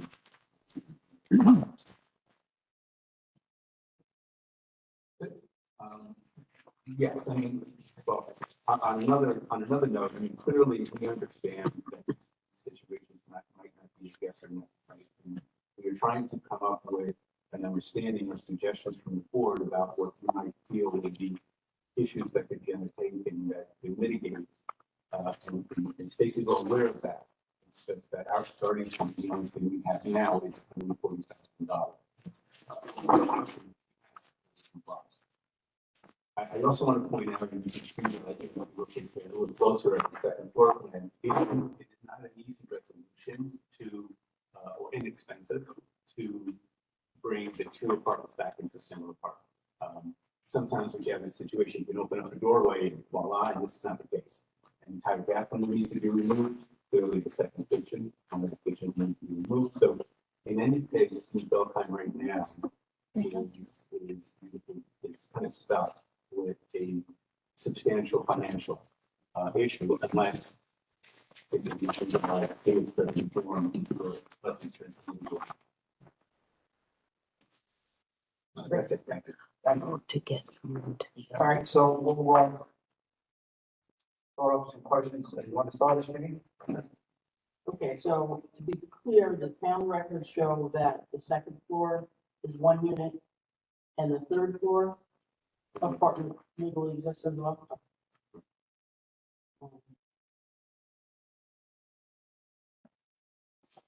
Do you have any indication of when this second unit on the second floor was added? When Stacy bought the building in 2002, it was already in this present condition. So you have the necessary reference. Yes, good afternoon, I'm Stacy Belkheim, the owner, 21 Main Street, Tarrytown, New York, 10591. When I purchased the building in 2002, there were 3 apartments, 2 apartments on the second floor and 1 apartment on the third floor. I happen to know the person that I purchased it from the movies. I took the liberty to call their son, and I asked him, do you recall when your parents owned the building, if those apartments existed? And he said he remembered in the 1970s, when his parents purchased the building, helping his dad clear some of the hallways, And there were 2 apartments on the 2nd floor and 1 apartment on the 3rd floor. And I happened to inherit the tenants in 2002. So whether it was previous to the 1970s, I couldn't tell you, but I remembered when he was in college, just helped me his dad. But to answer your question, perhaps it was before. I know, I understand you didn't create these drawings, but it looks like there's some notes here saying that they're going to do some upgrades. So some of those upgrades have actually been instituted because again, this was brought upon by a fire inspection. Right. That required a number of items to be upgraded, and the question became the items. So there are some of those issues that have already been taken care of. The fire inspections continue to make sure that it is habitable and safe. I'm sorry. So was there a permit issued to install electrical? So I can't speak to exactly how many stations what was done. I know that it goes to Checky, that was used by the village. I know that he did the outlets, and I think there was also, there was also a fire door that was requested. That was put in, and I think it says on the outside of the door somewhere what the actual number of hours.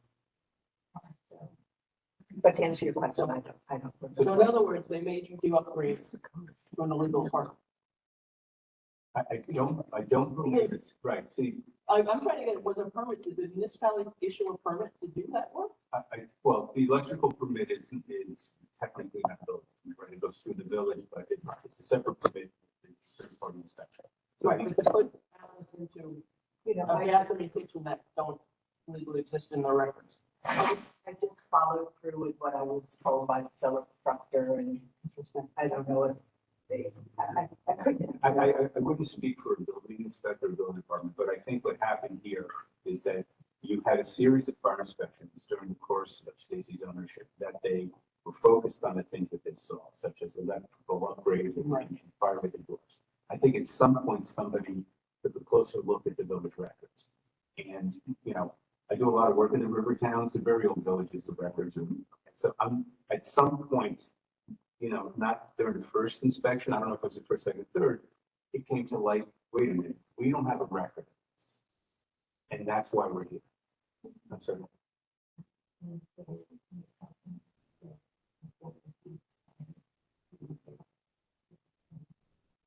Right. And again, I understand what. you understand. And so building inspectors tend to form opinions about legalizing something on the level of what we discuss here, which is building codes.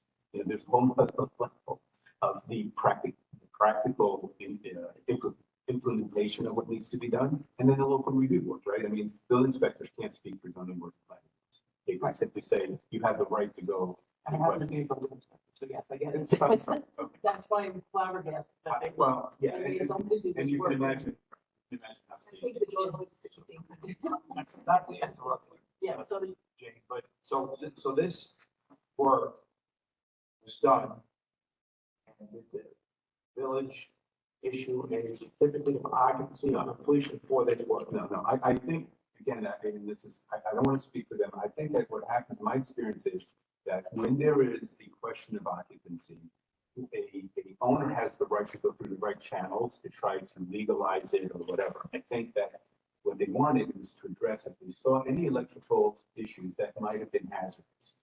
I think the priority is let's resolve this, let's make it safe, and let the process play out, and which is why we're here. Normally, if this wasn't such a financial burden, we probably would just put in the necessary work that would be necessary to maybe building code compliant, and then move forward with the local reviews. But to make the building code compliant, if we're here, we are starting at $140,000. That's okay. I'm sorry.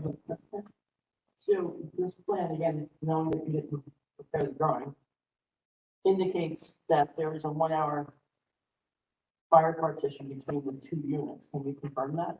I cannot, but if that's, if Philip put that there.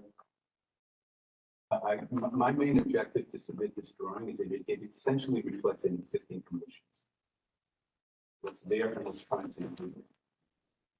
It's not meant to tell you everything that needs legally to be done. I think that is going to find people home, but this reflects If what's. that needs to be done, that's a big one, that's what I'm asking. 100%. So it would have been good to know that if someone had confirmed this, which obviously can only be done, actually put in a home call. Fair enough. That's why I answered. So, due to the age of the building, I consist of the interior plaster. It's a combination of the latter.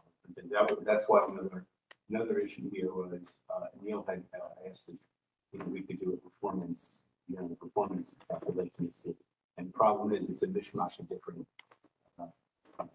materials, both in the staircase, ceiling, and the retail space that separates the retail from some of it's plastic, some of it's chipboard. Right, so he asked for what, fire separation analysis or? Yes, right, not fire separation, that's the point. And it's just. Right, that it existed as, at one point, it was, whether it was one or two units, as residential over commercial. It has always been. It's always been. It's always been. Right. It So has you're not always gonna be required to update that because, in a standard situation, because it's existed. Right. I see the smoke detectors, is an emergency light. Is the fire alarm system throughout the building, is it hardwired?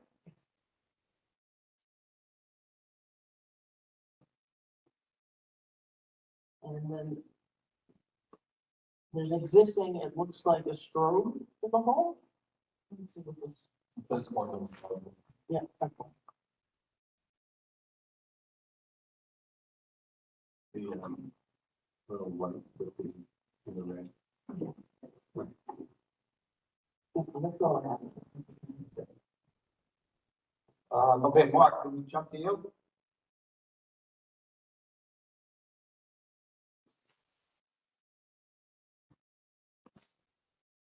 Sorry, I'm looking at the drawings.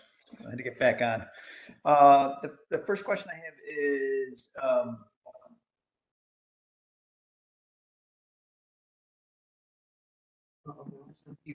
you talked about drawing I think it's A101. That was a drawing I think I was just looking at. It shows the third floor escape window to the first floor is that to the first floor roof? I'm sorry, could you repeat that? You were breaking up. Yep, sorry. So the drawing, your architectural drawing, I think it's A101. So it shows the third floor escape window going to the first floor roof. Yes, because the third floor goes down, but you come out the window of the third floor, you go down through a fire escape and you land.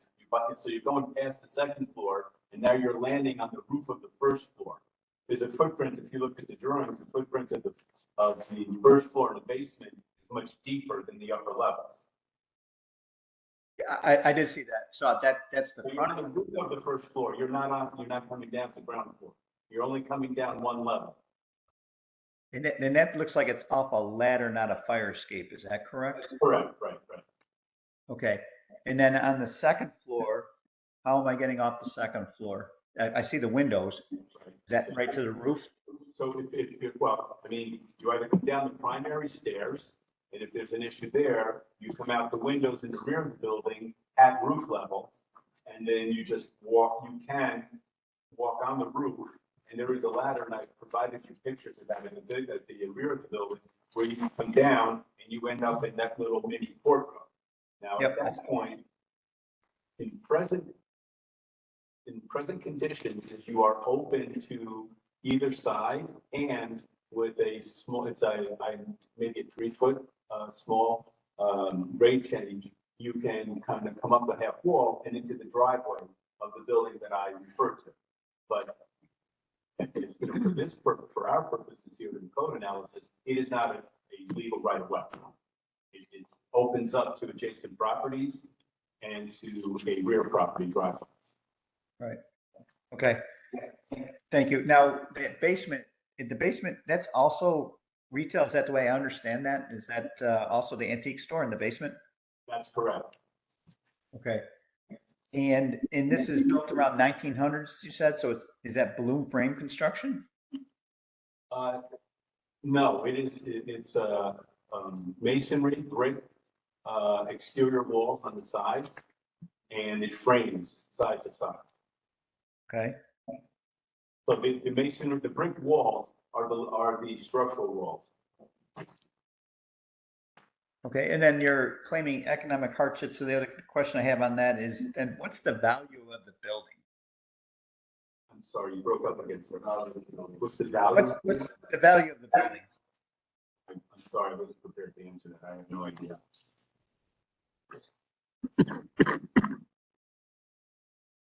And then it gets tricky, sir, because, well, there's two things in play here. One, it's owner occupied, so it's hard to tell. I mean, my experience is in commercial properties, there's a rate of return that you could put a value on it based on the income versus expenses. So I guess you'd have to guess at the rent that Stacy could get for her retail space. And then, I mean, the rents for the apartments are easy. But I was not prepared, so I apologize, Stevens. And then, Mr. Chair, do we have a AHJ's position on this, or I didn't see the authority having jurisdictions questionnaire.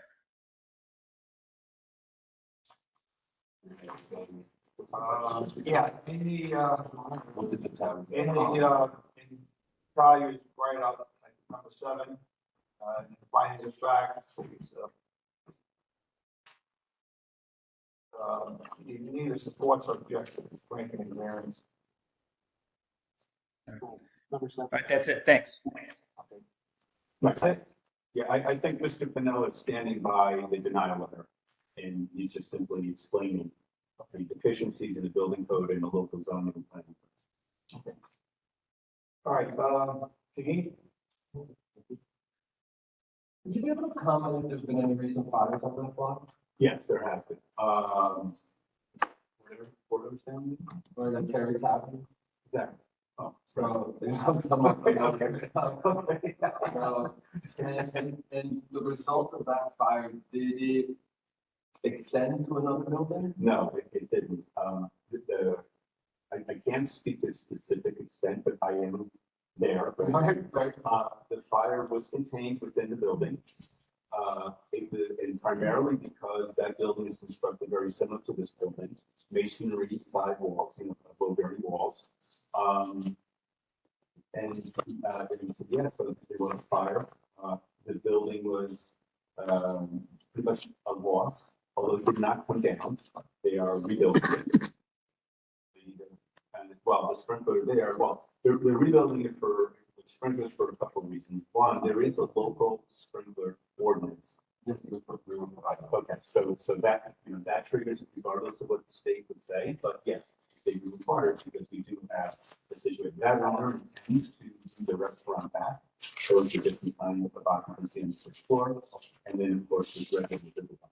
But generally speaking, in an actual real world scenario, it looks like those brick firewalls did work. Yes. And I mean, when I look at the pictures, I'm familiar with the block, I mean, essentially that whole side of the box, all of the buildings look very similar, constructed and very similar. That's correct. The forces did not make go look at everything. So. So the fire escape itself, I mean, and correct me if I'm wrong, you could have a 3-unit building, 3 stories with this many units with a single exit, if it was sprinkled. Well, let's say you did seek to do a 2 means of egress building. And we looked at the fire escape itself. The roof area has commercial occupancy underneath it. So there would be certain finish requirements required to make sure that the roof itself could function essentially as a balcony between the 2 stairways in the fire escape.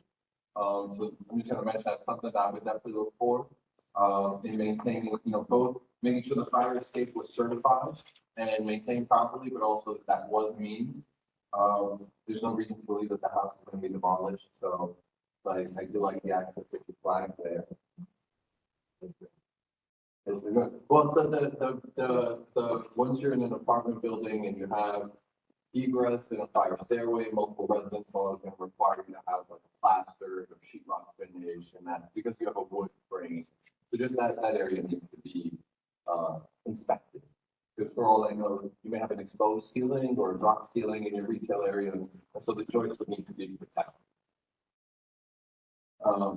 So there's no cooking at all commercially? No, no, cool. And of course, you did not prepare the plan, but do you know what all of the travel distances are? Are they in excess of 100 feet to do a non-sprinkler building? Well, I think as it relates to this, we're looking at just the residential space. Is it fair to say that the residential areas are gonna have a less than 100-foot travel distance? I mean, we're very close.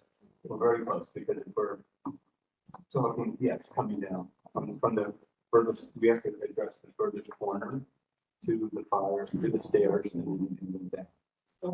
The stairs themselves are wooden, though, right? Yeah, it's cool. Wooden.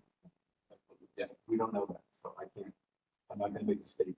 But it's fairly close, right? It's fairly, I mean, if you look at the drawing, right, the doors are right there, and it's 2 flights down, with no interruptions other than the apartment door. Right, with no other. and the building, maybe, the residential is maybe 50 feet. Not even. So, okay. So, okay, great. So that kind of concludes kind of the points I just wanted to make. In terms of the fire alarm system, I don't believe this building in the residential portions require any sort of occupant notification system.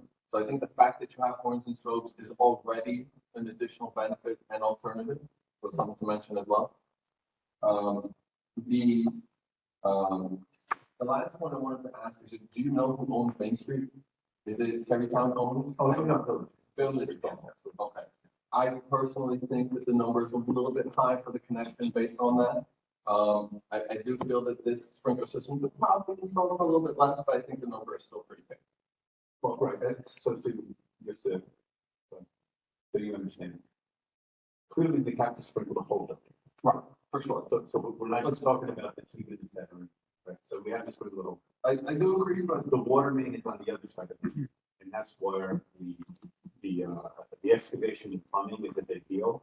And then also the RPZs are also pretty, because whether it's a 3 or 4 inch RPZ, it's a substantial. I think it would make you put a 4-inch here. Okay, so yeah, right, so that's on the high. Yeah. Yes, we're simply talking about the initial investment. Right. So yeah, I mean, I'm very okay with going off of 4-inch estimate because I think generally speaking that water department would make you do that. So those are just the points I wanted to make.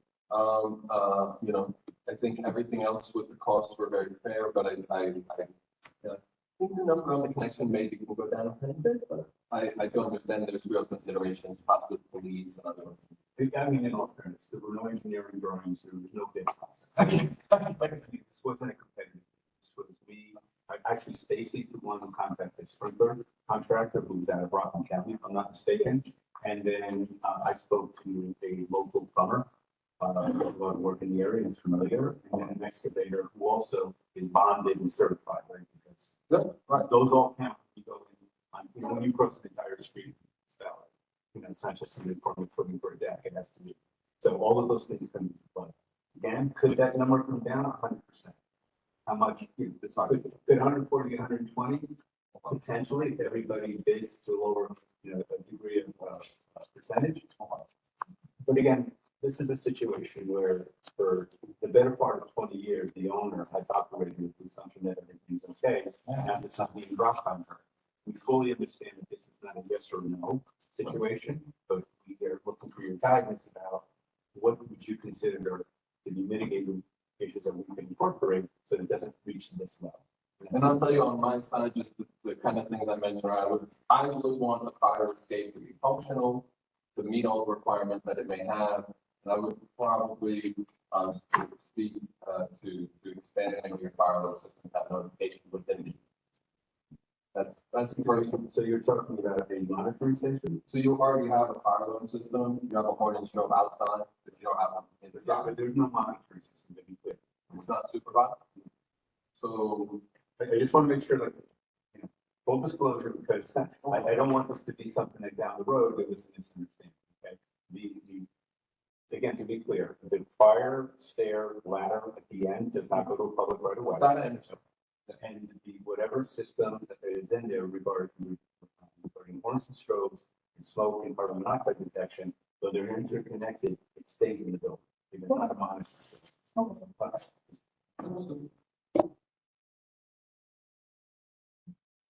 I think that's all I had. I was just mentioning, a personal opinion that typically, it sounds like you have a title issue. Now, it doesn't, the title doesn't, that's not, we've researched this to death, right? Because I think the village position, if you show me proof, they're willing to go, but there isn't. All they go by is what they have in their records. And unfortunately for Stacy, there's nothing other than, the previous owner's son came home from college in 1970. And if it was built at the time that the building was built, you would have met the standards of construction for three family on top of the school. And we don't have that. I do know that this is a typical occupancy within the village in that zone. I can't speak to every single property's occupancy, but I can't imagine that everybody on Main Street is willing to one apartment per level. Right? It's traditionally a three-story street. Right? That's the street sleep. So, Thank you.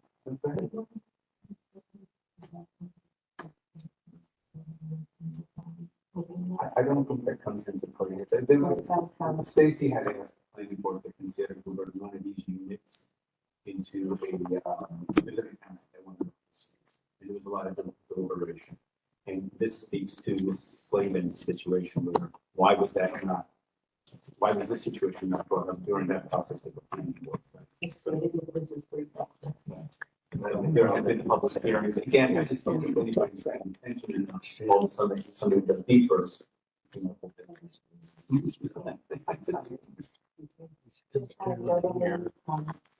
I did go in, they said we really want to keep It ends here. this is, the main, maybe we want activity, we don't want commercial, so that it's not used to the evening, we want private. So we want you to, even though we would give you the variance, we want you to keep the three apartments. The chairman, three lenders said that, three other members, and I did keep it that way. And I have always kept the apartments that are very low. I don't raise the rents and just, feel that my tenants, it's their home. And, I sometimes don't raise them for 5 years. I try to give affordable housing, that's what the village is asking of us. I try to do that. I'm sorry, that's the word. Thank you. My questions have to do with if two apartments, remain on the second floor, the front apartment has egress and the primary stair is inaccessible due to a fire condition or somehow blocked. The front apartment has, windows, on the second floor, the third floor apartment has windows to the front. But the back apartment on the second floor can only egress onto the roof of the antique store and then traverse across that roof to the ladder acting. I agree with Shaheen about making sure that fire escape, that ladder, and the one coming from the third floor would be certified and maintained and appropriate. But my major, do you know how far it is from the windows at the back of the second, up the back apartment to the end? Yes, and maybe it's that.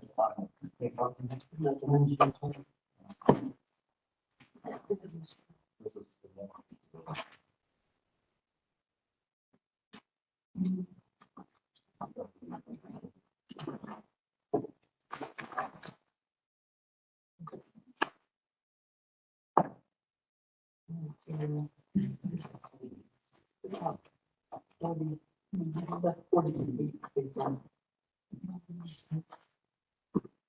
it's closer to 50. Oh, you have a better still, but you have a small one, right? Right, you should, if I may be measuring from the gas line, right, exactly. 54. Okay. So to clarify, this is from the rear exterior wall of the second floor, reversing across the roof of the first floor to the next fire escape, 50 feet. That's 50 toward the exact. And do you know what the construction of that roof is? It is wood frame. And what is the ceiling inside? Are those roof joists protected? They are protected. I just don't know to what degree. I don't know if it's half-inch chipboard, 5/8, or old plastic. There seems to be, over the course of time, various patches, so I'm not necessarily sure. But again, there's a recommendation or a need for minimum fire rating. If it exists, it stays. It gets verified. If not, That's where I'm going, because that's the only way out of this apartment. It's the other.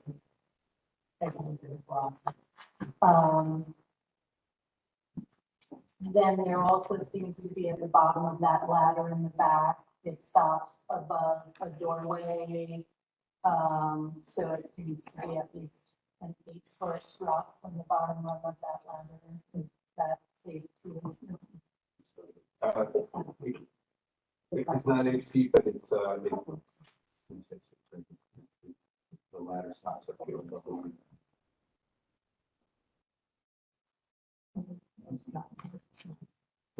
Yeah. So, it speaks to the appropriateness of a fire escape rather than what seems to be more.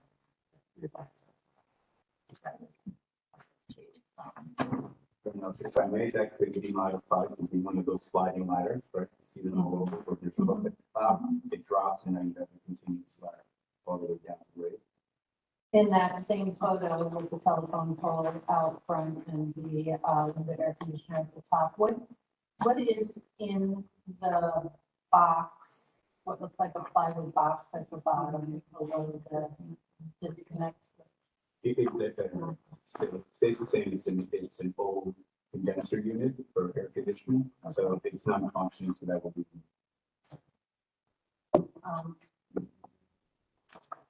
All the other questions, yes, thank you.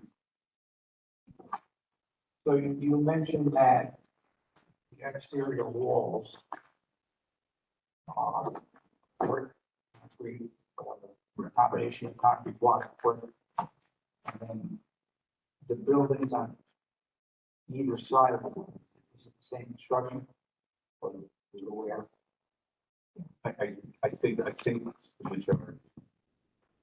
One of the things with this building is deeper than its neighbors, so it's hard to tell because they are zero lot line. These buildings were all typed in. And then you mentioned that the interior structure of the building is wood. Verify, obviously, wood floor joists and ceiling joists go into the masonry exterior walls, fire cuts. I do not know for sure, but I am familiar with other buildings because I've done work and that's generally the way they are. They are with the fire cuts into the exterior. If you look at the plan, there are no columns in these spaces. So the only tunnels for that to have been accomplished is for the building, I mean, for the structure to be side to side, wall to wall. You mentioned fire department, I'm pretty certain it is volunteer fire department. So we're hold on here. I did read the book from it. Do you know what the size of the existing water main is that comes into the building? Oh, I can almost guarantee it's no greater than that's pretty standard. I mean, 1 inch tops. More likely than not, it's 3/4.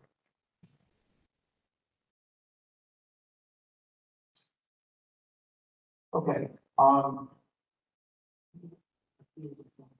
okay, We were talking about this, the ceiling of the retail store in the area of the roof. What is going on in the ceiling? Is there recessed downlighting?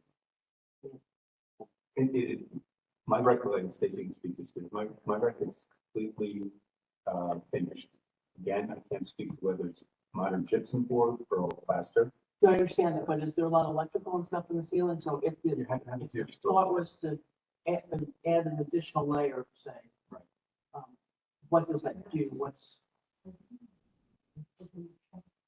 Right, now, do you know if everything is recessed or do you have pipes with the wiring on the surface?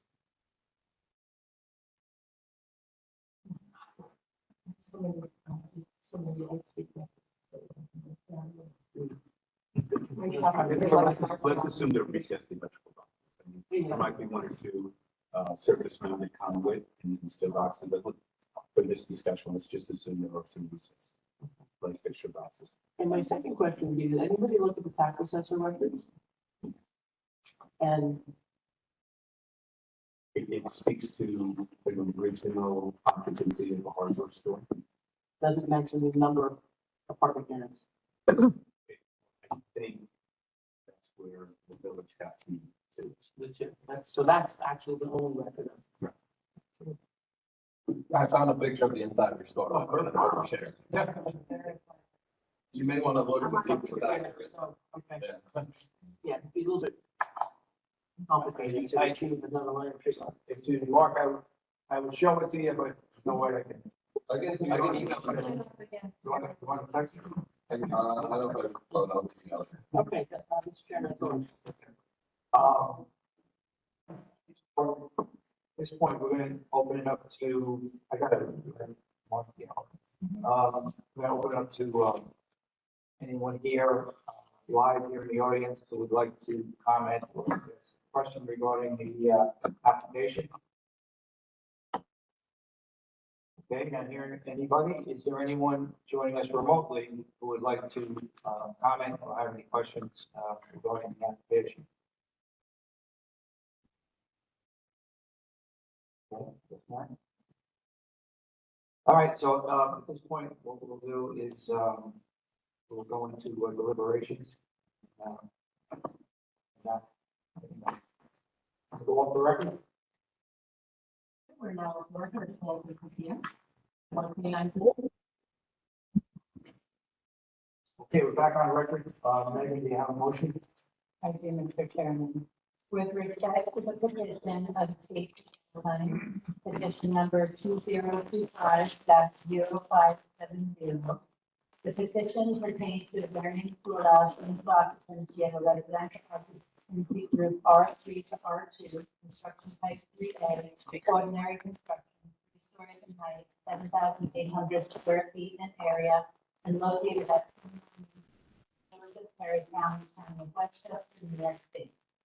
The petitioner is seeking relief from 19 NYCRR Part 1221, the Building Code of New York State, Section 903.2.8 R, and 19 NYCRR Part 1225, Fire Code of New York State, Section 903.2.8 R, which states an automatic sprinkler system installed in accordance with Section 903.3 shall be provided throughout all buildings of the 3R fire area. The board makes the following findings. 1, subject 3-story building constructed circa 1900 was originally all commercial occupancy, and subsequently the upper 2 floors were converted to residential use. 2, applicant purchased the building in 2002 and states the second floor has 2 apartments with 1 apartment on the 3rd floor at the time, with ground floor retail. 3, after a routine fire inspection, applicant was notified the village record showed only 1 apartment on each upper floor, and was directed to remove one apartment on the second floor or file a permit to legalize the third unit. 4, the change of occupancy from an R3 to an R2 triggered the need for an automatic sprinkler system. 5, applicant submitted estimates for installing a sprinkler system, street and sidewalk excavation for a new water line and double check valve totaling approximately $140,000, documenting financial hardship. 6, the local code official has been contacted in this matter and neither supports nor objects to the granting of a variance under part 1205. In regard to the proposed variances, strict compliance with the code would entail practical difficulties, unnecessary hardship, or would otherwise be unwarranted because such would create an excessive and unreasonable economic burden and would be unnecessary in light of alternatives which, without a loss in the level of safety, achieve the intended objective of the code. Wherefore, it is determined that the application for a variance from 19 NYCRR Part 1221, Section 903.2.8, and 19 NYCRR Part 1225, Section 903.2.8 be granted with the following conditions. 1, a path of travel sprinkler system shall be installed in the common path of egress, the stairwell, and the hallways from each apartment to the front door. 2, that certified functional fire escapes be provided and maintained in working condition for the MRO. 3, that the fire alarm system be connected to a central station, be interconnected between units and the main retail space, and that occupant notification be provided in each space. Number 4, that emergency lighting be provided in the common egress path. The decision is limited to the specific building and application before it as contained within the petition and should not be interpreted to give implied approval of any general plans or specifications presented in support of this application. So moved, Mr. Chairman. Thank you, Megan. Do I have a second to that motion? Jane Slavin seconds it. Before we vote, do you understand the motion? Do you have any questions? Yes, sir. No question. We understand the motion. We understand the motion. All right, so we will now vote. Mark, there you go. Aye. Me, aye. Megan? Aye. James? Aye. I also vote aye. Thank you all. Thank you very much. Go off the record for a minute. We're now at 11:04 p.m.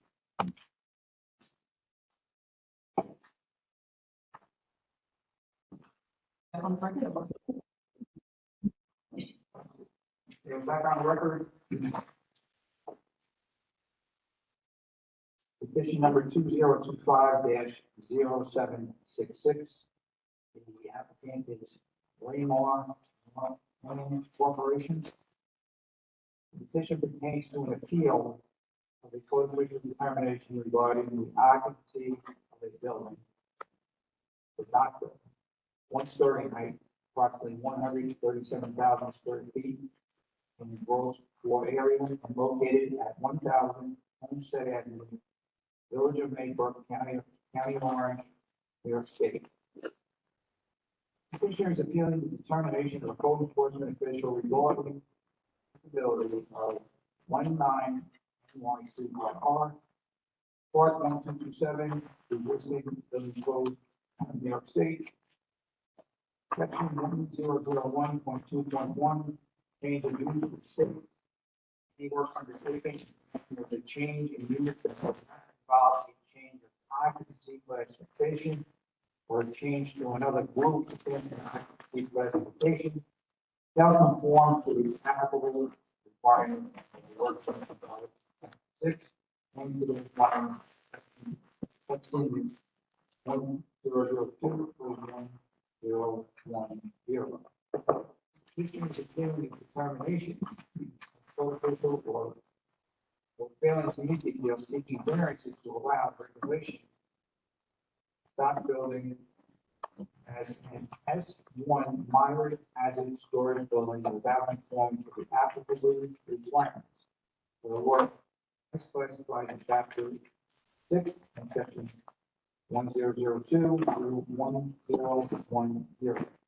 And the petition pertains to the field of variance to allow alterations to the office building occupancy group B business construction type 2A, non-combustible, 3-story in height, 11,258 square feet in area, and at the same street location. Petition is appealing the determination of the board was officially regarding the applicability of 19 NYCRR, Part 1221, the Building Code of New York State, Section 1104.4, multi-story buildings and facilities, which states at least one accessible route shall connect each accessible story with mezzanine and occupied roofs in multi-level buildings and facilities. The petitioner is appealing the determination of the board enforcement official while failing the appeal seeking a variance to allow accessible route and story of the office.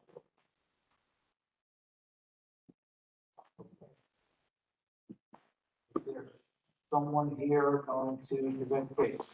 Hi, good afternoon. My name is Joseph Manute. I'm a registered architect with Manute Architecture. We're located at 554 Temple Hill Road, New York, 12553.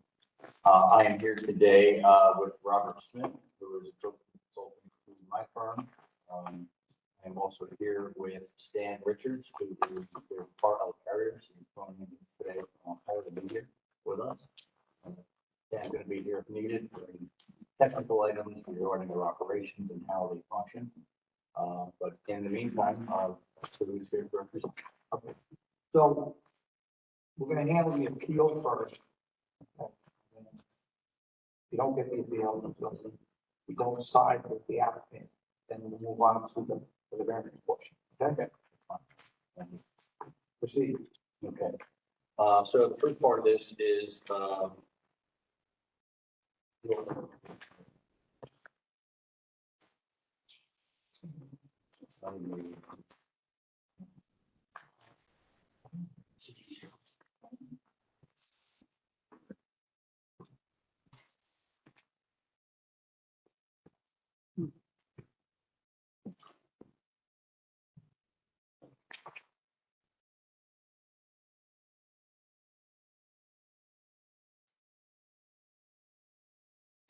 you want to handle the appeal of the building itself, the occupancy? No, you're appealing the code enforcement official interpretation of the code. Correct. Correct. So this is an existing building. The building was constructed in 1979, received in 1981, a certificate of occupancy for its use. It consists of docks and an accessory use, which is the offices that support the docks. There has been zero, exactly zero change in operation, zero change in use. The only thing that's happened here is that the original property owner went bankrupt. My client purchased the property and is planning and intending and currently occupying using it as it was previously. Initially, it was discussed that there was a lot of work going on, et cetera, which we identified as repairs. And on the onset of it, it was almost hard to fathom that the amount of work that was being done was simply repairs. It literally took me 2 weeks to see on site because the building is so large. Just what we're coming out, over a quarter mile long, 70 feet wide. The items that were being repaired, there was no structural repair. There was no other repair of anything else. They changed out a HVAC system. There were repairs inside the accessory use being the office building, and that was done through because they had a leak. And so that sat for a long time. So they repaired all the materials inside, and that was the extent. The cost of that does not exceed less than 10% of the value of the building.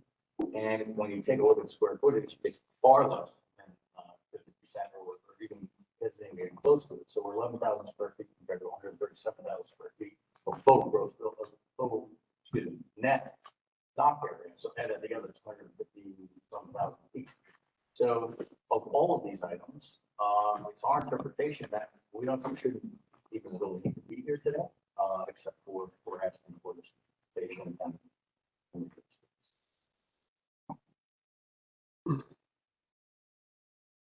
Okay.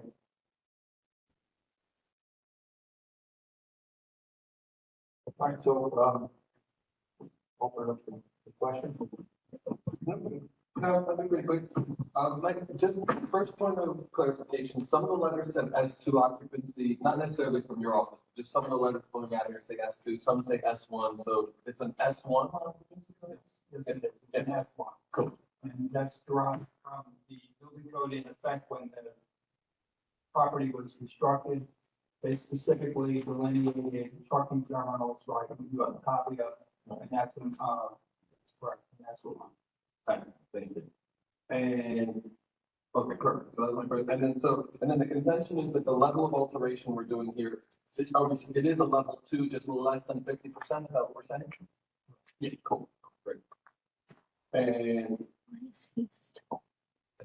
so based on a level 2 alteration, there would be, and it's a single tenant building, right?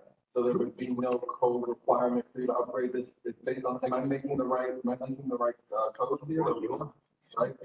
So, and, okay.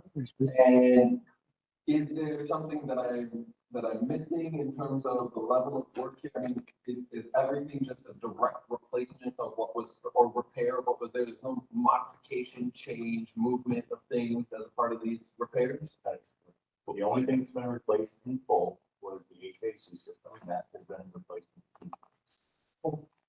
But that's for the office building.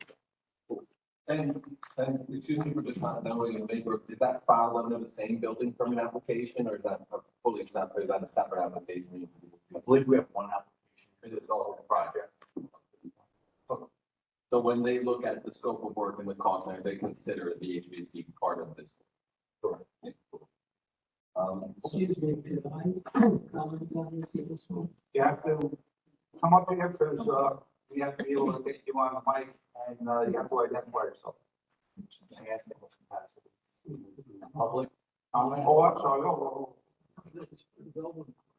All right, well, I'll give you, let me, I'll give you your opportunity. Let's finish the question first. Okay. I thought you would give them, okay, right. Oh. Thanks. And I guess, and then, yeah, so you kind of said it in your presentation, I guess my only other confusion was just so it's not really, I mean, it's a change of tenancy, right? And then some minor alterations, essentially, is what we're doing, right? But if it, put things back exactly the way they were, repair the things that will.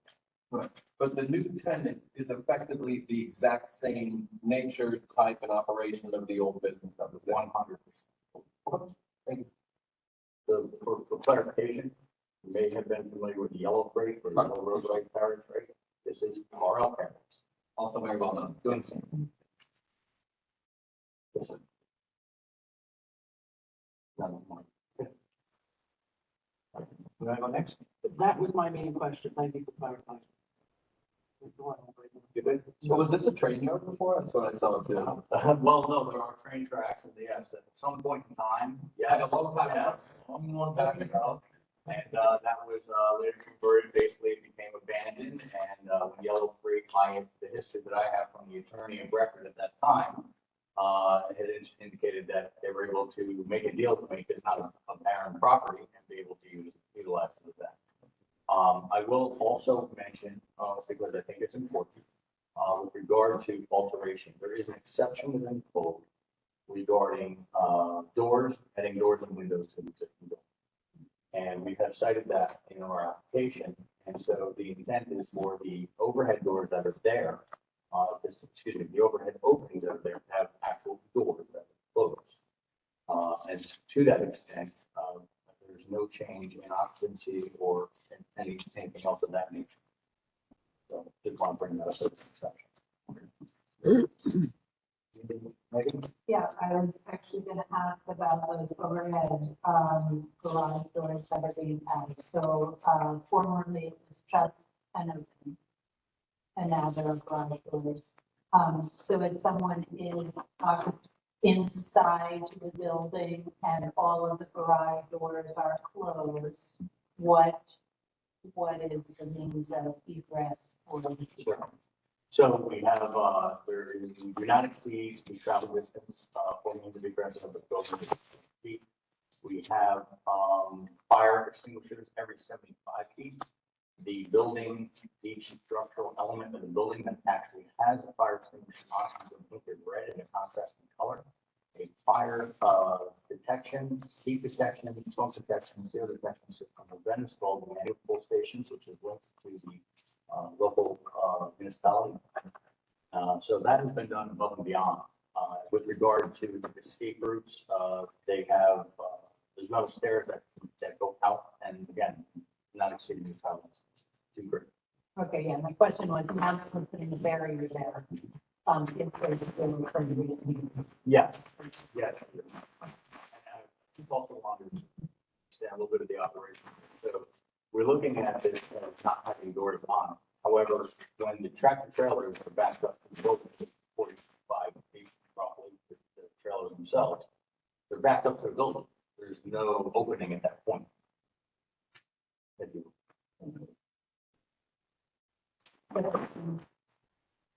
Mark? For this part, I'm all set right now. Thank you. Good. All right. Okay, so you're, maybe we should clarify this. So, you know, you're talking about this argument, you're talking about both sections of the code here, right? So you're talking about the alterations and you're talking about the accessible route also. Correct.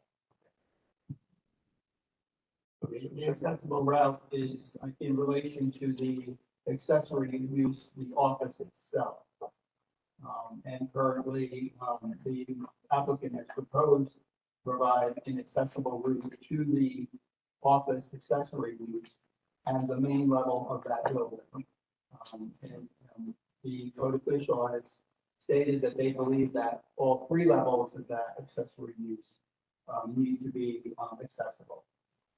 And we're stating that the primary use is the main level and an accessible route to that has been provided or has been proposed to be provided.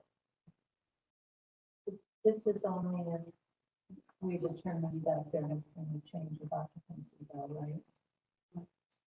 That's now the variance. Is that correct? That would combine the variance. So the point of the matter is, yes. The So change of first occupancy we have is a to big question. decide whether this is Yeah. no change of occupancy or change of occupancy. Because if you appeal the change back, it's a trigger for the accessibility. Yes. Correct. That's correct, yeah. All of them. Okay, so, we're done with the comments and questions from the board, so we're gonna open it up to public here. So is there anyone here in person who would like to submit any questions or comments regarding the application? So, my name is Weldon, architect and a consultant to the village, in this building department. And when I did, plan reviews for this project, and made a recommendation to the department for basic special project, that the applicant applied for the field or variance for the project. And relative to the change of use, this is 136,000 square foot. What had been closed up, roof over down, door that looks to very little wall area. So in terms of the fire area, the back, the wasn't private installation.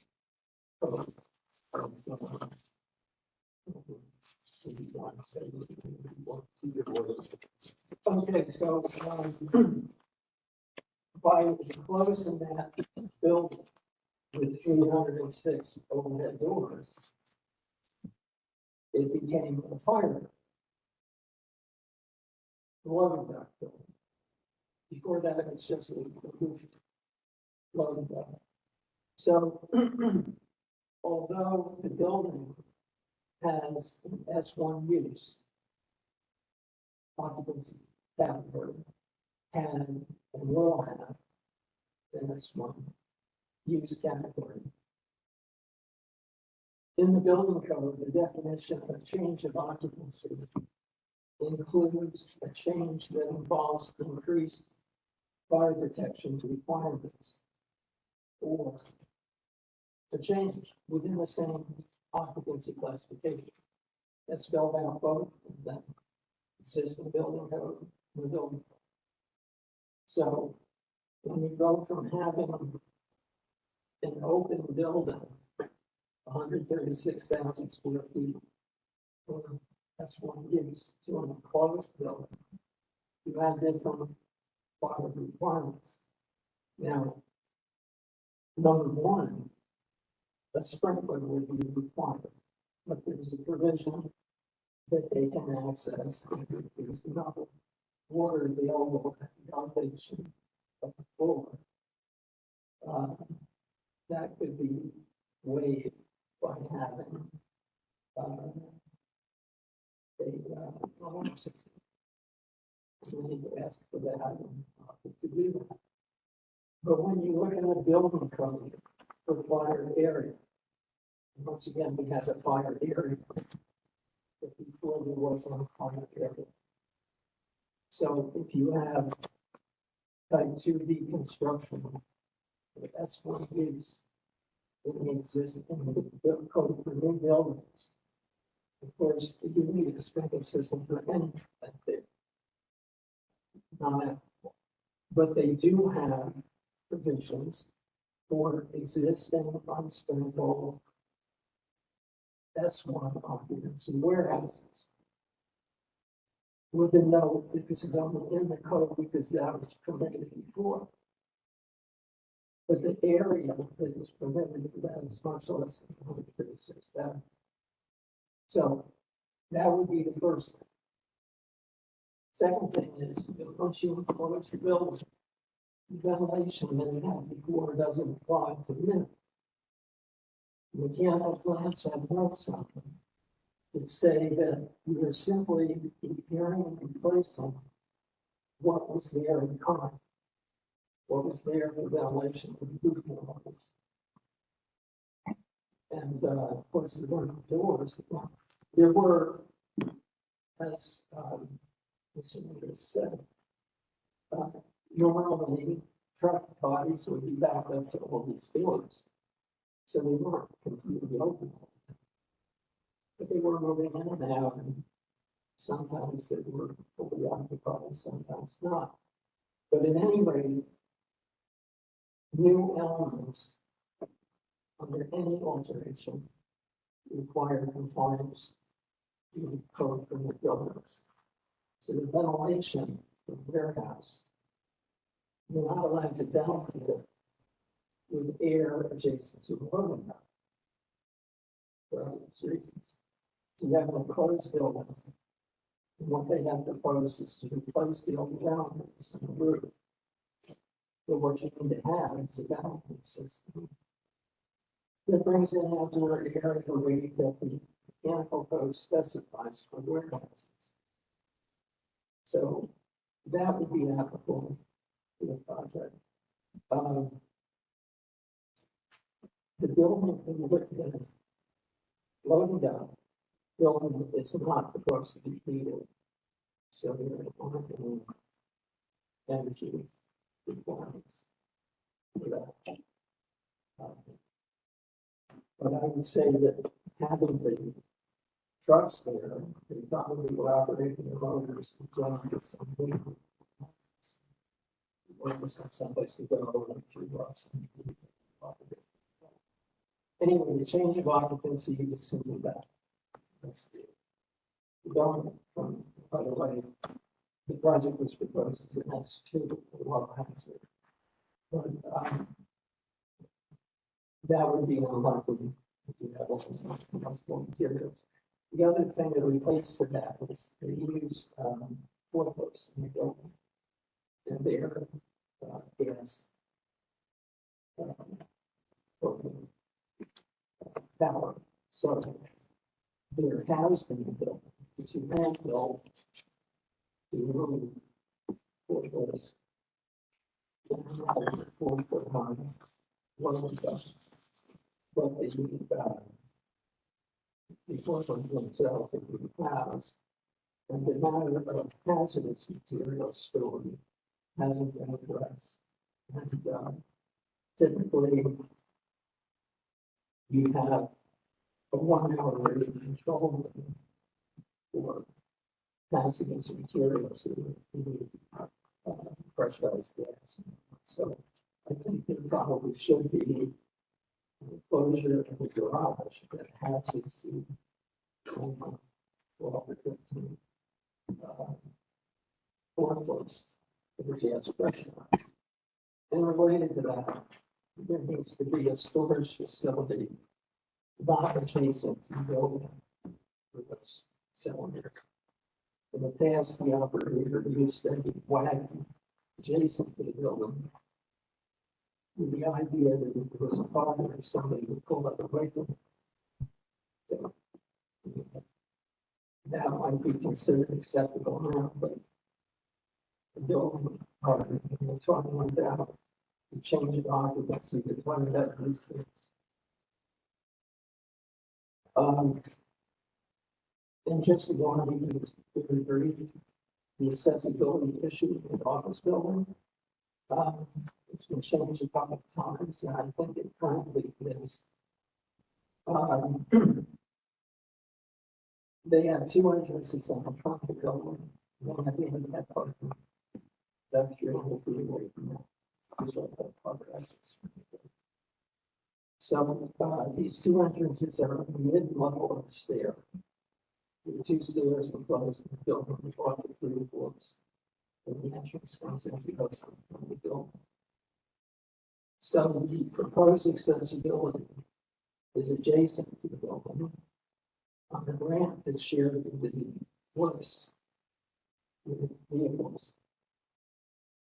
That you would come in and enter the S1 building, then go over to another location and take a smaller lift into the main level of the building.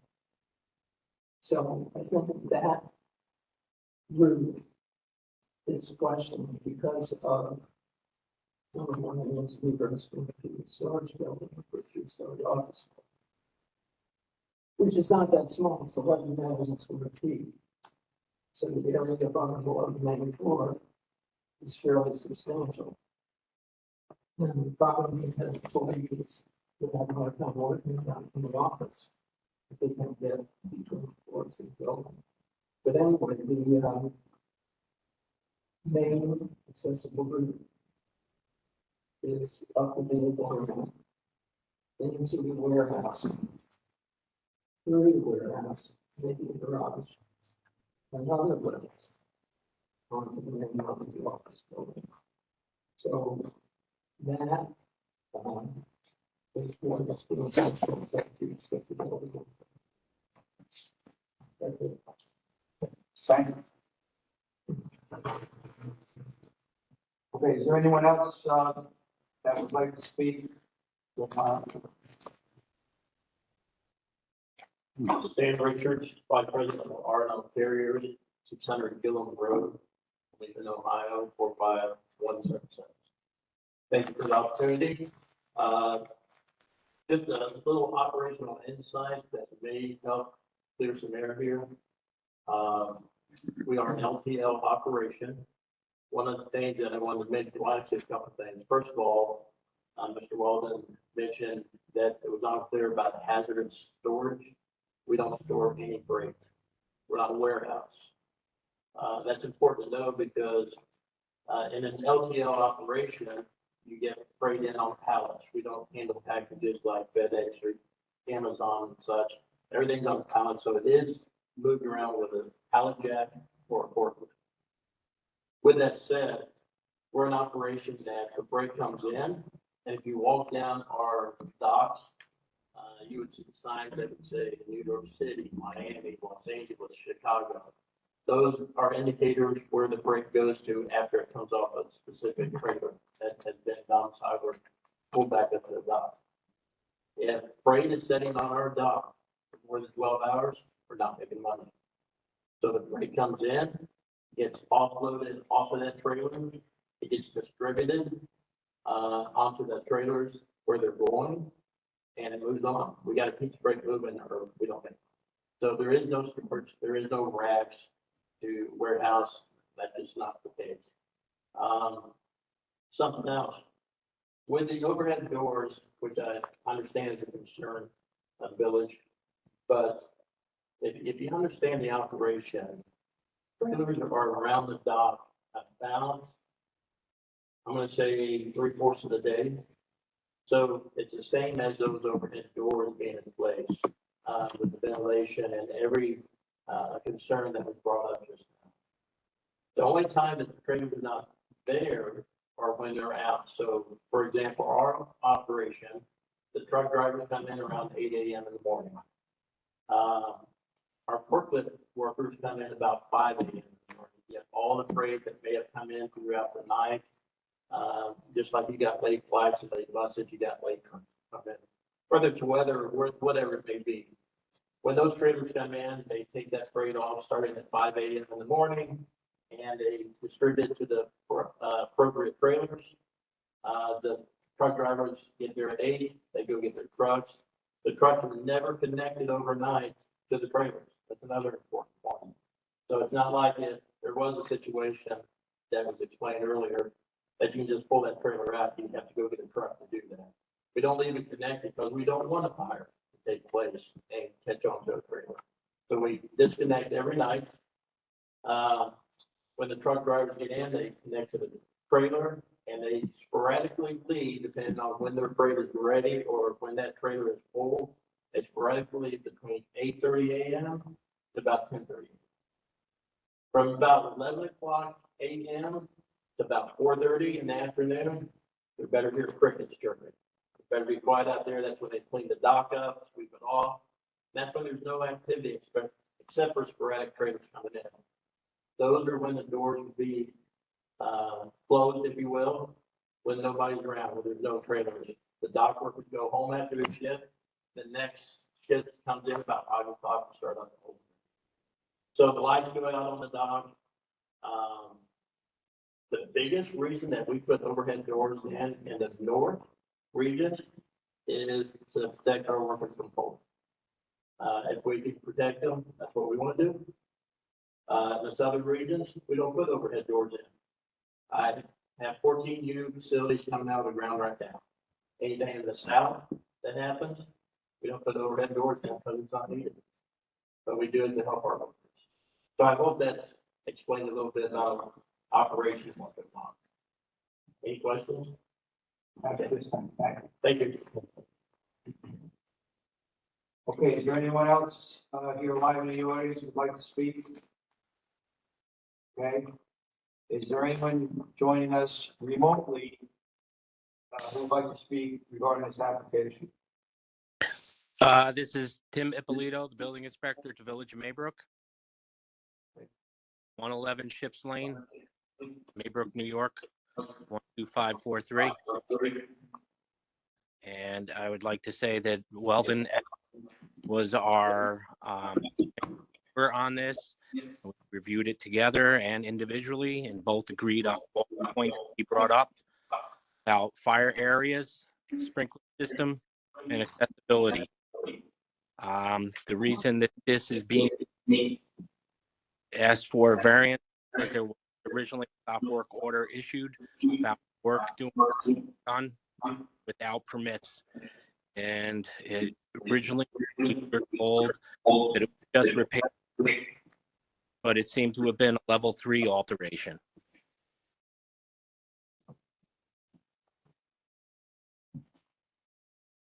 Okay. Is that it? That's it.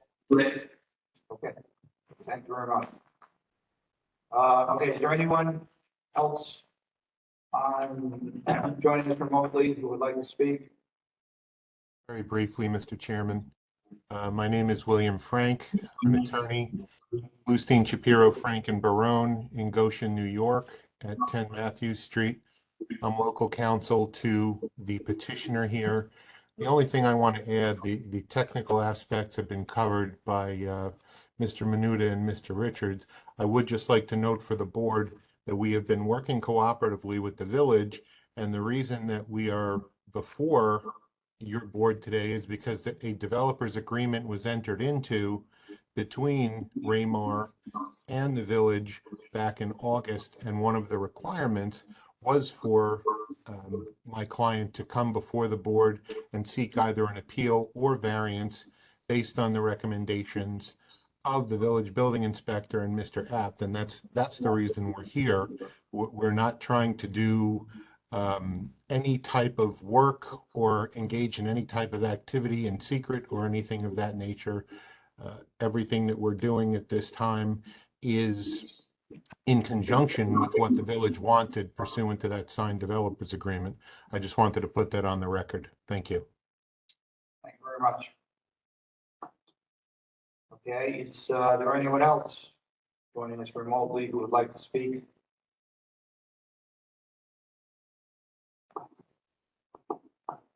Okay.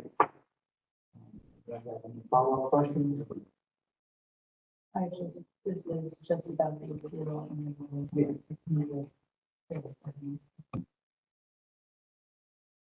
You good? I maybe just ask one question for the gentleman who did the code analysis. Yeah. Just want to clarify that because I brought up the definition of a change of occupancy. So the contention is that point number 3, any change in use within a group for which there is a change in application of the requirements of this code. Maybe. Right. Okay. I just want to make sure we're on the same line. Thank you. And by the way, it is a level 3 because it includes the whole building, but it's small parts of the building. The doors and the doors are a big thing, but they're not floor area of the building, so. The level 2, obviously, pretty much like level 3 is. Thank you. All right, Jamie, you okay? Mark, you good? All right, so at this point, we're going to go into deliberations.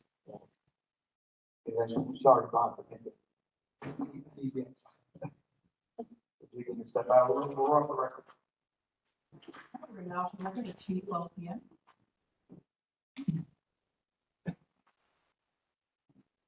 Okay, back on the record. Megan, you have a motion? Yes, Mr. Chairman. In regard to the petition of Raymar Land Corporation, petition number 2025-0766. The petition pertains to an appeal of the code official's determination regarding the occupancy of a building, parentheses, the dock building, and parentheses, 1 story in height, approximately 137,000 square feet in gross floor area, located at 1000 Homestead Avenue, Village of Maybrook, County of Orange, New York State. The petitioner is appealing the determination of the code enforcement official regarding the applicability of 19 NYCRR Part 1227, the existing building code of New York State, section 1001.2.1, change of use, which states any work undertaken in connection with a change in use that does not involve a change of occupancy classification or a change to an within occupancy classification shall conform to the applicable requirements for the work as classified in Chapter 6 and to the requirements of sections 1002 through 1010. The board makes the following findings. 1, the dock building and the office building were granted a combined certificate of occupancy in March of 1981. 2, the office occupancy is incidental to the primary use, and the existing building code of New York State shall be adhered to as applicable. In view of the above findings, the board sustains the appeal for the petitioner and therefore reverses the determination of the code enforcement official. The granting of this appeal will not substantially adversely affect the provision for health, safety, and security. Okay, do I have a second to that motion? Second. Seconded by Dean. Before we vote, do you have any questions? Okay, I'll vote. Shanit? Aye. Megan? Aye. Jane? Aye. Mark? Aye. I also vote aye. Thank you very much. You're not, might be 2:39 p.m.